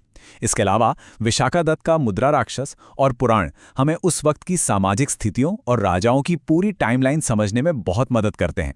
और ये सिर्फ किताबों तक सीमित नहीं है। पुरातात्विक साक्ष्यों का ये भंडार देखिए। पूरे उपमहाद्वीप में अशोक के 14 प्रमुख शिलालेख बिखरे हुए थे। ये कल्पना करना भी अपने आप में अद्भुत है कि एक राजा सीधे पत्थरों और स्तंभों के जरिए अपनी जनता तक अपना संदेश पहुंचा रहा था। इन पर जानवरों की बलि रोकने से लेकर सभी धर्मों के बीच सहिष्णुता और धम्म महामात्रों की नियुक्ति जैसी बातें उकेरी गई थी। ये उस समय का एक बेहतरीन और सीधा कम्युनिकेशन सिस्टम था। दूसरा भाग, साम्राज्य का उदय। ये टाइमलाइन दिखाती है कि ये विशाल साम्राज्य जमीनी स्तर से कैसे खड़ा हुआ। 322 ईसा पूर्व में चंद्रगुप्त मौर्य ने इस साम्राज्य की नींव रखी। फिर 298 ईसा पूर्व में बिंदुसार आए, जिन्होंने इस साम्राज्य को सुदूर दक्षिण तक फैला दिया। और फिर 273 ईसा पूर्व में सत्ता में आए अशोक, जिनके दौर में यह साम्राज्य अपने पूर्ण शिखर पर पहुंचा और जिसने बाद में एक बहुत बड़ा वैचारिक बदलाव भी देखा। इन सब में चंद्रगुप्त मौर्य की कहानी किसी रोमांचक फिल्म से कम नहीं लगती। उन्होंने पहले बार पूरे उत्तर भारत को एक किया और ग्रीक शासक सेल्यूकस निकेटर को हराया। लेकिन उनके जीवन का अंत उससे भी ज्यादा हैरान करने वाला है। जीवन के अंतिम दिनों में उन्होंने अपनी मर्जी से पूरा राजपाट त्याग दिया, एक जैन भिक्षु बन गए और चंद्रगिरी पहाड़ी पर संथारा यानी धीमे उपवास के जरिए अपने प्राण त्याग दिए। एक इतने शक्तिशाली और आक्रामक योद्धा का ऐसा आध्यात्मिक अंत वाकई चौंकाने वाला है। तीसरा भाग, अशोक का धम्म की ओर मुड़ना। मौर्य साम्राज्य ने अशोक के अधीन अपना चरम देखा, लेकिन 261 ईसा पूर्व में कुछ ऐसा हुआ जिसने सब कुछ बदल दिया। कलिंग का युद्ध। इस युद्ध में इतना खून बहा और इतनी भयानक तबाही हुई कि अशोक अंदर तक झकझोर गए। इस दर्दनाक मंजर ने उन पर ऐसा गहरा असर डाला कि उन्होंने हमेशा हमेशा के लिए युद्ध और हिंसा का रास्ता ही छोड़ने का फैसला कर लिया। इन दो शब्दों के बीच का अंतर इतिहास का एक बहुत बड़ा टर्निंग पॉइंट है। एक तरफ है पुराना रास्ता, भेरी घोष यानी युद्ध के नगाड़ों के जरिए विजय प्राप्त करना, और दूसरी तरफ है अशोक का नया रास्ता, धम्म घोष यानी धम्म के माध्यम से लोगों के दिलों को जीतना। हिंसक विस्तार को पूरी तरह छोड़कर सांस्कृतिक और वैचारिक विजय की तरफ मुड़ना उस कालखंड के हिसाब से एक अभूतपूर्व कदम था। इस नई सोच को जमीन पर लागू करने के लिए अशोक ने एक नया प्रशासनिक पद बनाया, धम्मा महामात्र। इन अधिकारियों का काम सिर्फ धर्म का प्रचार करना ही नहीं था, बल्कि आम जनता की भौतिक भलाई और जरूरतों का ध्यान रखना भी था। यहां किसी एक खास धर्म की बात नहीं हो रही थी, बल्कि बड़ों का सम्मान और नौकरों के प्रति दया जैसी मानवीय बातों पर जोर था। प्रशासन का ये चेहरा उस दौर में बेहद प्रगतिशील था। चौथा भाग, विशाल मौर्य प्रशासन की मशीनरी। तो आखिर वो कौन सी विशाल मशीनरी थी जो इतने बड़े उपमहाद्वीप को बिना किसी गड़बड़ी के चला रही थी? इसका जवाब हमें कौटिल्य के सप्तांग सिद्धांत में मिलता है। इसके अनुसार राज्य के 7 आवश्यक अंग होते हैं: राजा, अमात्य, जनपद, दुर्ग, कोष, सेना और मित्र। यह एक बहुत ही मजबूत और केंद्रीकृत नौकरशाही थी, जिसमें राजा पूरे सिस्टम की आत्मा के समान था। बाकी सभी अंग पूरी तरह से राजा के निर्देशों के इर्द गिर्द ही काम करते थे। अगर हम नगरपालिका के स्तर पर करीब से देखें तो मेगास्थनीज ने एक ऐसा नगर प्रशासन रिकॉर्ड किया है जो बिल्कुल आज की मॉडर्न म्यूनिसिपैलिटी जैसा लगता है। पूरा काम 5-5 सदस्यों वाली 6 अलग-अलग कमिटियों द्वारा संभाला जाता था। कोई जन्म मृत्यु का हिसाब रख रहा है, कोई विदेशियों का सत्कार देख रहा है, तो कोई टैक्स और व्यापार संभाल रहा है। उस जमाने में इस तरह की बारीक और सटीक मैनेजमेंट व्यवस्था होना सच में हैरतअंगेज है। और हाँ, इतने बड़े इलाके को सिर्फ मैनेजमेंट से नहीं, बल्कि एक बेहद मजबूत खुफिया नेटवर्क से संभाला जाता था। मौर्य काल के इन राज्य जासूसों को गूढ़ पुरुष कहा जाता था। ये 2 तरह के होते थे: संस्थान जो एक ही जगह टिक कर खुफिया जानकारी जुटाते थे, और संचारी जो अपना भेष बदलकर पूरे राज्य में घूमते रहते थे। कानून और व्यवस्था बनाए रखने के लिए ये गुप्त नेटवर्क एक रीढ़ की हड्डी की तरह काम करता था। 5वां भाग, समाज, अर्थव्यवस्था और अंततः पतन। तो उस वक्त आम जनता का जीवन कैसा था और वो कौन सी दरारें थीं जिन्होंने इतने बड़े साम्राज्य को ढा दिया? अगर समाज को देखें तो मेगास्थनीज ने भारतीय समाज को 7 अलग-अलग वर्गों में बंटा हुआ पाया। इसमें दिलचस्प बात यह है कि इतिहासकार ये मानते हैं कि ये बंटवारा पारंपरिक जाति व्यवस्था पर आधारित नहीं था, बल्कि ये पूरी तरह से लोगों के आर्थिक पेशे या रोजगार पर आधारित लगता है। अर्थव्यवस्था की बात करें तो राज्य का हर छोटी बड़ी गतिविधि पर बहुत सख्त नियंत्रण था। किसानों को अपनी उपज का 1/4 से लेकर 1/6 हिस्सा टैक्स के रूप में चुकाना पड़ता था। इसके अलावा खनन, जंगल और हथियार बनाने के कारखानों पर पूरी तरह से सिर्फ राज्य का एकाधिकार था। ये एक बेहद नियंत्रित और टॉप डाउन इकोनॉमी थी। लेकिन 137 वर्षों के शानदार शासन के बाद इस साम्राज्य में बिखराव आना शुरू हो गया। इसके पीछे कई कारण गिनाए जाते हैं: अत्यधिक केंद्रीकृत प्रशासन, अशोक की शांतिप्रिय नीतियां जिन्होंने शायद सेना को प्रभावित किया, ब्राह्मणवादी प्रतिक्रिया, साम्राज्य का 2 हिस्सों में बढ़ जाना, बाद के कमजोर शासक और अर्थव्यवस्था पर पड़ने वाला भारी दबाव। अंततः 185 ईसा पूर्व के आखिरी मौर्य सम्राट बृहद्रथ की हत्या के साथ ही इतिहास के इस महान अध्याय का अंत हो गया। जाते जाते ये पूरा घटनाक्रम इतिहास की एक बहुत ही गहरी पहेली छोड़ जाता है। ये एक बड़ा सवाल खड़ा करता है कि क्या युद्ध और विस्तार के लिए बनाया गया एक ढांचा शांति के बोझ तले दबकर बिखर गया, या फिर एक ही जगह पर सत्ता का बहुत ज्यादा केंद्रित होना इतने विशाल और बटे हुए उपमहाद्वीप को संभालने में फेल हो गया। प्राचीन दुनिया में ताकत, शांति और नौकरशाही का ये नाजुक संतुलन आज भी हमें बहुत कुछ सोचने पर मजबूर करता है। इसी विचार के साथ हम आज का ये एक्सप्लेनर यहीं समाप्त करते हैं। हमारे साथ जुड़ने के लिए आपका बहुत बहुत धन्यवाद। इतिहास पढ़ते वक्त अक्सर एक परसेप्शन होता है कि जब एक विशाल साम्राज्य गिरता है ना, तो बस सब कुछ बिखर जाता है, क्योस ही क्योस। लेकिन आज हम जिस दौर का विश्लेषण करने वाले हैं वो एक्चुअल में किसी पतन का नहीं, बल्कि एक नए आर्थिक और सांस्कृतिक उफान का समय था। हम बात कर रहे हैं 185 BC से लेकर 3rd सेंचुरी तक के टाइम पीरियड की, जिसे हम हिस्ट्री में पोस्ट मौर्यन और संगम काल कहते हैं। ये वो टाइम था जब इंडिया एक ऐसी मेल्टिंग पॉट बन गया था जहां नए विदेशी शासक, स्थानीय राजवंश और डीप साउथ के महान संगम राज्य सब मिलकर एक नई और वाइब्रेंट शुरुआत कर रहे थे। और हाँ, इस टॉपिक में आगे बढ़ने से पहले एक छोटी सी रियलिटी चेक। ये सारे नोटेबल फैक्ट्स हमने किसी मिस्टीरियस एंशिएंट गुफा से नहीं निकाले हैं, बल्कि उन्हीं कॉम्पिटिटिव एग्जाम्स की गाइड बुक से आए हैं। वही मोटी मोटी किताबें जिनमें धुंधले पेजेस, माइक्रो लेवल के फॉन्ट्स और वो छोटे छोटे पिंक बॉक्सेस होते हैं। सच बताऊं तो इन किताबों से हिस्ट्री को समझना किसी एंशिएंट लिपि को डिकोड करने से कम थोड़ी है। इसीलिए इस एक्सप्लेनर में हमने उन फैक्ट्स को उन धुंधले पन्नों से निकालकर बिल्कुल क्लियर और इंटरेस्टिंग वे में यहाँ रखा है, ताकि बिना किसी परेशानी के इन इंपॉर्टेंट डिटेल्स पर फोकस किया जा सके।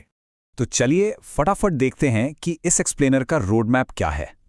सबसे पहले मौर्यन एम्पायर के बाद आने वाले शासक, फिर विदेशी शासकों का आना और उनका इम्पैक्ट, तीसरा सातवाहना और छेदी डायनेस्टीज, चौथा संगमेरा के 3 प्रोमिनेंट राज्य, और फाइनली संगम एडमिनिस्ट्रेशन और उनका इनक्रेडिबल साहित्य। शुरुआत करते हैं हमारे पहले पड़ाव से, मौर्य साम्राज्य के गिरने के ठीक बाद का समय और वहां उभरे नए देशी उत्तराधिकारी। सत्ता का हस्तांतरण यानी ट्रांसफर ऑफ पावर यहां कितनी तेजी से हुआ, ये सच में ध्यान देने लायक है। 1850 बीसी में मौर्यन साम्राज्य के आखिरी शासक बृहदत्था की हत्या उसी के ब्राह्मण सेनापति पुष्यमित्र शुंगा ने कर दी और यहीं से नींव पड़ी शुंग राजवंश की। फिर लगभग 1 सेंचुरी बाद बिल्कुल यही सेम पैटर्न रिपीट हुआ। 73 बीसी में शुंगा राजवंश के लास्ट रूलर देवभूति की हत्या करके वासुदेवा ने कन्वा राजवंश एस्टैब्लिश किया, जो लगभग 28 बीसी तक चला। यानी पावर स्ट्रगल्स तब भी अपने पीक पर थे। अब शुंगा डायनेस्टी में एक बहुत ही इंटरेस्टिंग कॉन्ट्रडिक्शन है। पुष्यमित्र शुंगा काफी ऑर्थोडॉक्स हिंदू धर्म के फॉलोअर थे। उनके टाइम में ब्राह्मणिकल ट्रेडिशंस का एक बड़ा रिवाइवल हुआ, यहां तक कि फेमस महाभाष्य के लेखक पतंजलि ने पुष्यमित्र द्वारा करवाए गए 2 अश्वमेधा यज्ञों में पुरोहित का काम भी किया था। लेकिन सरप्राइज की बात यह है कि इस ऑर्थोडॉक्स अप्रोच के बावजूद बुद्धिस्ट आर्किटेक्चर यहां रोका नहीं। मध्य प्रदेश का महान भरहूत स्तूपा और सांची स्तूपा की वो बेहतरीन स्टोन रेलिंग्स, ये सब शुंगा पीरियड में ही बनवाई गई थी। काफी फैसिनेटिंग है। अब बढ़ते हैं दूसरे भाग की तरफ, विदेशी शासक और उनका इम्पैक्ट, जो स्पेसिफिकली नॉर्थ वेस्ट बॉर्डर से एंटर कर रहे थे। इन विदेशी शासकों के आने की स्पीड प्रैक्टिकली हैरान करने वाली थी। दूसरी शताब्दी बीसी में सबसे पहले इंडो ग्रीक्स, जिन्हें हम बैक्ट्रियन ग्रीक्स भी कहते हैं, वो आए। फिर पहली शताब्दी बीसी में उन्हें रिप्लेस करके सकाज, जिन्हें सीथियंस भी कहा जाता है, और पार्थियंस ने अपनी जगह बनाई। और उसके बाद पहली शताब्दी ईडी आते आते कुशान्स ने इस पूरे इलाके पर अपना स्ट्रॉन्ग कंट्रोल एस्टैब्लिश कर लिया। एसेंशियली ये नॉर्थ वेस्ट रीजन अलग अलग कल्चर्स का एक मैसिव मेल्टिंग पॉट बन चुका था। इन विदेशी राजवंशों ने भारत की हिस्ट्री और इकोनॉमी को टोटली ट्रांसफॉर्म कर दिया। नोटेबल फैक्ट्स की बात करें तो इंडो ग्रीक्स हिस्ट्री में पहले ऐसे रूलर्स थे जिन्होंने भारत में सोने के सिक्के जारी किए और उन पर शासकों के नाम और उनके पोर्ट्रेट्स छपने की ट्रेडिशन शुरू की। कुशान्स के टाइम तक आते आते ये गोल्ड कॉइन्स काफी मैसिव स्केल पर बनने लगे थे। क्यों? क्योंकि कुशान्स ने हाईली लुक्रेटिव सिल्क रूट पर कंट्रोल कर लिया था, जो चाइना से निकलकर ईरान और वेस्टर्न एशिया तक जाता था। इस अकेले रूट ने उन्हें बेहिसाब पैसा और पावर दी। एक और मेजर पॉइंट, कुशान्स के सबसे महान रूलर कनिष्क ने 78 एडी में एक नए युग की शुरुआत की। इसे आज इंडियन गवर्नमेंट ऑफिशियली शाका ईरा के रूप में इस्तेमाल करती है। अब इस स्पेसिफिक स्लाइड पर ध्यान दीजिएगा, क्योंकि ये दिखाता है कि विदेशी शासन ने आर्ट को प्रैक्टिकली कैसे बदला। एक ही दौर में 2 बिल्कुल अलग आर्ट फॉर्म्स एक साथ चल रही थी। एक तरफ नॉर्थ वेस्टर्न इंडिया में Gandhara school of sculpture develop हो रहा था, जिसमें डायरेक्ट ग्रीक या हेलेनिक फीचर्स का इन्फ्लुएंस दिखता है। वहीं दूसरी तरफ इसके ठीक पैरेलल मथुरा स्कूल था, जो कंप्लीटली एक इंडिजिनस यानी लोकल इंडियन आर्ट फॉर्म के रूप में इवॉल्व हो रहा था। ये कल्चरल ब्लेंडिंग का एक एब्सोल्युटली परफेक्ट हिस्टोरिकल एग्जाम्पल है। चलिए अब हिस्ट्री के इस मैप पर थोड़ा साउथ की तरफ चलते हैं। हमारे तीसरे सेक्शन में सातवाहना और चेदी राजवंश और डेक्कन तथा कलिंगा रीजन्स में उनकी पावर। डेक्कन और सेंट्रल इंडिया में मौर्यास के सबसे पावरफुल सक्सेसर सातवाहना थे। इनके 23वें और प्रैक्टिकली सबसे महान रूलर गौतमी पुत्र सातकर्णी ने सातवाहना पावर को कंप्लीटली रिवाइव किया और विदेशी साका रूलर्स को हराया। एक बड़ा ही यूनिक फैक्ट इनकी करेंसी के बारे में है। उन्होंने स्पेसिफिकली सीसा यानी लेड, कॉपर, ब्रॉन्ज और पोटन के सिक्के इशू किए थे। लेकिन इनका सबसे बड़ा और लॉन्ग लास्टिंग इम्पैक्ट था भूमिदान यानी लैंड ग्रांट्स का सिस्टम। सातवाहनाज ने ब्राह्मणों और बुद्ध भिक्षुओं को ऐसी जमीन दान में देनी शुरू की जिन पर कोई टैक्स नहीं लगता था। एक तरफ यह धार्मिक काम था, पर पॉलिटिकली इसने आगे चलकर सेंट्रल अथॉरिटी को काफी कमजोर कर दिया, क्योंकि पावर धीरे धीरे इन लोकल लैंड होल्डर्स के पास शिफ्ट होने लगी थी। वहीं ईस्ट में कलिंगा के इलाके में अशोका के बाद की हिस्ट्री थोड़े अंधेरे में थी, लेकिन पहली शताब्दी बीसी में वहां चेदी राजवंश उभरा। इनके बारे में हमारी प्रैक्टिकली सारी इन्फॉर्मेशन बस एक ही सोर्स से आती है, और वो है भुवनेश्वर के पास मौजूद फेमस हाथी गुम्फा इंस्क्रिप्शन। इस राजवंश के तीसरे रूलर थे राजा खारावेला। वो जैन धर्म के काफी लिबरल पेट्रन थे, और उन्होंने ही उदयगिरी की पहाड़ियों पर जैन भिक्षुओं के रहने के लिए उन बेहतरीन केव्स का कंस्ट्रक्शन करवाया था। और अब हम एंटर कर रहे हैं इस एक्सप्लेनर के सबसे फैसिनेटिंग हिस्से में। चौथा भाग, संगम एरा के 3 लेजेंडरी राज्य। चलते हैं सीधे डीप साउथ में। रोम से सोना बहकर भारत आ रहा था। रोमन राइटर प्लिनी का ये कोट सुनकर ही अंदाजा लगाया जा सकता है कि उस दौर की आर्थिक समृद्धि का स्केल क्या रहा होगा। अराउंड 46-47 एडी में जब हिप्पैलस नाम के एक ग्रीक सेलर ने मॉनसून विंड्स का यूज करके वेस्टर्न एशिया से भारत तक के डायरेक्ट सी रूट की खोज की, तो ट्रेड कंप्लीटली बूम कर गया। इंडिया से हाई क्वालिटी कपड़े, मोती और मसाले एक्सपोर्ट हो रहे थे, और उसके बदले में दक्षिण भारत में रोमन सोने की बारिश हो रही थी। और इस टेबल से क्लियरली समझ आता है कि ये वेल्थ और पावर किन 3 मेजर एम्पायर्स के पास थीं। पहले थे चेरा, जिनका रॉयल एम्बलम या प्रतीक चिन्ह धनुष था, और इनकी कैपिटल थी वंजी। दूसरे थे चोला, जिनका एम्बलम बाघ यानी टाइगर था। इनकी main capital Uraiyur cotton trade का बहुत बड़ा हब थी, साथ ही पुहार इनका एक महत्वपूर्ण बंदरगाह था। और तीसरे थे पांड्या, जिनका प्रतीक मछली थी। इनकी कैपिटल मदुरई थी, जो पूरे एंशिएंट वर्ल्ड में अपने बेहतरीन मोतियों यानी पर्ल्स के लिए फेमस थी। इन तीनों ने साउथ इंडिया पर एक लंबा और समृद्ध शासन किया। इन एम्पायर्स के रूलर्स की कहानियां किसी हॉलीवुड एपिक से कम थोड़ी हैं। जैसे चेरा राजा सेंगुत्तुवन, जिन्हें रेड चेरा भी कहा जाता था, उन्होंने पत्तीनी कल्ट यानी कन्नागी की पूजा शुरू की थी। फिर चोला राजा कारिकाला, जिनके नाम का लिटरली मतलब है जले हुए पैर वाला आदमी, उन्होंने श्रीलंका से 12,000 गुलामों को लाकर कावेरी नदी के किनारे 160 किलोमीटर लंबा डैम बनवाया था। उस टाइम के हिसाब से एक इंजीनियरिंग मावल। और पांड्या राजा नेंदुजिलियन की स्टोरी थोड़ी ट्रैजिक है। उन्होंने गलतफहमी में कोवालन पर चोरी का झूठा आरोप लगाया था, जिसके बाद कोवालन की पत्नी कन्नागी ने आक्रोश में आकर पूरे मदुरई शहर को श्राप दे दिया था। ये लेजेंड्स आज भी साउथ इंडिया की आइडेंटिटी का कोर हिस्सा है। इसके साथ हम आते हैं अपने 5वें और आखिरी भाग पर, संगम एडमिनिस्ट्रेशन और लिटरेचर। ये वही चीजें हैं जिन्होंने इस रीजन को इतिहास में अमर बना दिया। उनका प्रशासन यानी एडमिनिस्ट्रेशन काफी हाईली स्ट्रक्चर्ड था। King of course central figure था, पर उसकी मदद के लिए एक पंच महासभा होती थी। इसमें 5 की मेंबर्स थे: मंत्री, पुरोहित, दूत, सेनापति और सबसे क्रूशल ऊरार यानी स्पाइस। इस एरिया की एग्रीकल्चरल इकोनॉमी कितनी स्ट्रांग थी, इसे एक्सप्लेन करने के लिए एक प्राचीन तथ्य है। कहा जाता था कि चोला राज्य में कावेरी नदी के आसपास की जमीन इतनी उपजाऊ थी कि एक हाथी को लेटने के लिए जितनी जगह चाहिए, उतनी ही जमीन पर उगाया गया अनाज 7 लोगों का पेट भरने के लिए काफी था। To put that into perspective, उनके यहाँ प्रोडक्टिविटी एग्जैक्टली नेक्स्ट लेवल पर थी। लेकिन इस पूरे दौर का सबसे बड़ा और परमानेंट खजाना वहां का साहित्य था। पांड्या राजाओं के टाइम पर मदुरई में तमिल कवियों की ह्यूज असेंबलीज होती थीं, जिन्हें संगम कहा जाता था। यहीं पर तमिल व्याकरण का सबसे प्रारंभिक टेक्स्ट टोलकापियम लिखा गया। फिर आती है तिरुवल्लुवर जी की लिखी कुराल, जिसे फ्रीक्वेंटली तमिल भूमि की बाइबल कहा जाता है। ये टेक्स्ट प्योर एथिक्स और मोरालिटी पर बेस्ड है। इसके अलावा 2 महान महाकाव्य सिलपदिकारम, जिसे तमिल लिटरेचर का इलियाड माना जाता है, और उसका अगला भाग मणिमेखलाय भी इस दौर की देन है। ये ग्रंथ सिर्फ हिस्ट्री नहीं है, ये वहाँ के समाज, आर्ट और फिलॉसफी का बिल्कुल क्लियर मिरर है। तो अब इस पूरे एनालिसिस को देखने के बाद एक बड़ा इंटरेस्टिंग सवाल सामने आता है। ये एक ऐसा दौर था जो सरफेस पर देखने में टुकड़ों में बिखरा हुआ लगता है, लगातार बदलती डायनेस्टीज, पावर स्ट्रगल्स और विदेशी आक्रमण। फिर भी इस सीमिंगली क्योटिक एरा ने एक्चुअली आधुनिक भारत की इतनी अनब्रेकेबल आर्थिक और सांस्कृतिक नींव कैसे रख दी?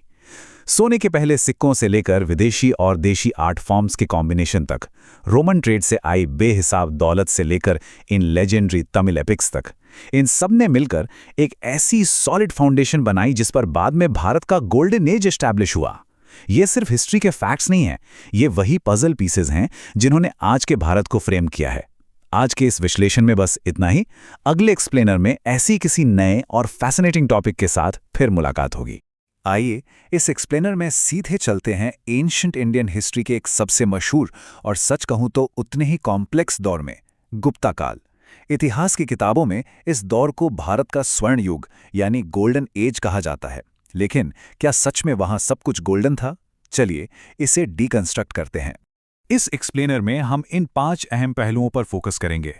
Don of the golden age, kings of the Gupta era, power, administration and wealth, society in transition और आखिर में द पिनिकल ऑफ कल्चर।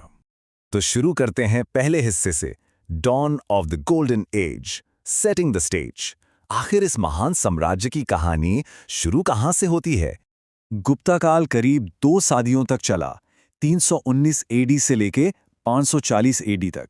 ये वो टाइम फ्रेम है जिसे अक्सर भारत का क्लासिकल एज या गोल्डन एज कहा जाता है। कहा जाता है कि यह सबसे प्रॉस्परस यानी सबसे समृद्ध समय था। लेकिन किसी एरा को सच में गोल्डन क्या बनाता है, ये जानना काफी इंटरेस्टिंग होने वाला है। दूसरा हिस्सा है kings of the Gupta era, the builders of empire.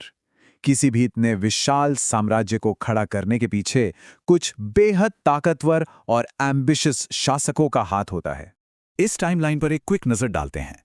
319 AD में चंद्रगुप्ता फर्स्ट ने इस युग की शुरुआत की। फिर 335 एडी में समुद्रगुप्ता आए, जिन्होंने अग्रेसिवली साम्राज्य को फैलाया। 380 एडी में गद्दी पर बैठे चंद्रगुप्ता सेकंड, जिनके बाद 415 एडी में कुमारगुप्ता फर्स्ट का शासन शुरू हुआ। और टाइमलाइन के आखिर में 455 एडी में आते हैं स्कंदगुप्ता, जिन्होंने बाहरी हुनों के आक्रमणों को सफलतापूर्वक पछाड़ दिया था। अब थोड़ा डिटेल में चलते हैं। इस इतने बड़े एम्पायर के पावर की असली नींव कहां रखी गई? ये शुरू हुआ एक मास्टर स्ट्रोक से, चंद्रगुप्त फर्स्ट की शादी। उन्होंने शक्तिशाली लिच्छवी परिवार की राजकुमारी कुमारा देवी के साथ एक स्ट्रेटेजिक मैरिज की। इस एक मैट्रिमोनियल अलायंस ने उन्हें इतनी ताकत, रिसोर्सेज और रिस्पेक्ट दी, जहां से एक मैसिव एम्पायर बनने की असली शुरुआत हुई। और उनके बाद उनके बेटे समुद्रगुप्ता ने तो जैसे मैप ही बदल दिया। उन्होंने इस नींव पर एक विशाल एम्पायर खड़ा किया और लगभग पूरे देश को पॉलिटिकली यूनाइट कर दिया। उनके मिलिट्री कैंपेन्स इतने एग्रेसिव और सक्सेसफुल थे कि हिस्टोरियन वीएस स्मिथ ने उन्हें लिटरली इंडियन नेपोलियन का खिताब दे दिया। और अगर आपको लगता है कि इतिहास बोरिंग होता है तो चंद्रगुप्त सेकंड के गद्दी पर बैठने का किस्सा सुनिए। ये बिल्कुल किसी थ्रिलर जैसा है। जब राजा रामागुप्ता ने एक दुश्मन के आगे सरेंडर करते हुए महारानी ध्रुव देवी को सौंपने का फैसला किया, तब राजकुमार चंद्रगुप्त सेकंड ने रानी का भेष बनाया। वो भेष बदलकर दुश्मन के कैंप में घुसे उस साका रूलर को मारा, राज्य पर कब्जा किया और रानी से शादी कर ली। क्या गजब का प्लॉट ट्विस्ट है ना? अब आते हैं तीसरे हिस्से पर, power, administration and wealth, running the empire. आखिर इतना बड़ा और ताकतवर एम्पायर चलता कैसे था? यहां एक काफी बड़ा और सरप्राइजिंग शिफ्ट देखने को मिलता है। मौर्यन एडमिनिस्ट्रेशन जहां पूरी तरह से हाईली सेंट्रलाइज था, सरकार ही सब कुछ कंट्रोल करती थी, वही गुप्तास का एडमिनिस्ट्रेशन काफी डिसेंट्रलाइज्ड यानी विकेंद्रीकृत था। ये एक क्वाजी फ्यूडल सिस्टम था, जहां शहर की काउंसिल्स में स्थानीय प्रतिनिधि यानी लोकल रिप्रेजेंटेटिव्स बैठते थे, यानी डिसीजन मेकिंग पावर आम लोगों के काफी करीब थी। उनकी अर्थव्यवस्था भी बड़ी ही कमाल की ऑर्गेनाइज्ड थी। मैनेजमेंट और रेवेन्यू के लिए जमीन को पूरे 5 अलग-अलग हिस्सों में बांटा गया था। क्षेत्र भूमि खेती के लिए, खिला बंजर जमीन, वस्तु भूमि रिहाइश के लिए, चरागाह भूमि जानवरों के लिए और अप्रहाता भूमि जंगल के लिए। सोचिए, उस जमाने में भी लैंड यूज को ऑप्टिमाइज करने का कितना परफेक्ट सिस्टम था। लेकिन दौलत और अमीरी की बात करें तो तस्वीर थोड़ी मिक्स्ड है। एक तरफ गुप्त राजाओं ने बेहिसाब सोने के सिक्के चलाए, जिन्हें डिनारस कहा जाता था। ये दिखाता है कि टॉप लेवल पर मैसिव दौलत थी। लेकिन तांबे के सिक्के यानी रोजमर्रा में इस्तेमाल होने वाले कॉपर कॉइन्स बेहद कम मिले हैं। चंद्रगुप्त सेकंड के टाइम आए चाइनीज ट्रैवलर फाहीन ने भी लिखा है कि आम लोग लेन देन के लिए कौड़ियों का इस्तेमाल करते थे। इसका मतलब है कि ये सारे बेपनाह अमीरी शायद आम इंसान तक पूरी तरह पहुंच ही नहीं रही थी। अब चलते हैं चौथे हिस्से की तरफ, society in transition, the changing social fabric. एक सच्चा गोल्डन एज तय होता है वहां के लोगों से, सिर्फ सोने के सिक्कों से नहीं। इस दौर में सोसाइटी रुकी हुई नहीं थी, वो काफी तेजी से बदल रही थी। वर्णा व्यवस्था में बड़े बदलाव देखे गए, जैसे विदेशियों को क्षत्रिय के रूप में एसिमिलेट कर लिया गया, आदिवासी यानी ट्राइबल लोगों को शूद्र वर्ण में एब्जॉर्ब किया गया, और सबसे इंटरेस्टिंग, जो क्राफ्ट्समैन और काशीगरों की गिल्ड्स थीं, वो धीरे धीरे लोकलाइज्ड कास्ट्स यानी स्थानीय जातियों में तब्दील हो गईं। सोसाइटी का पूरा स्ट्रक्चर एक नया रूप ले रहा था। लेकिन यहाँ एक बहुत बड़ा कॉन्ट्रास्ट है जिसे इग्नोर बिल्कुल नहीं किया जा सकता।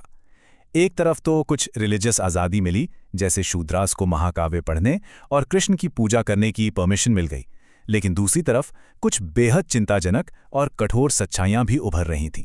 सती प्रथा का सबसे पहला सबूत 510 एडी के आसपास यही मिलता है।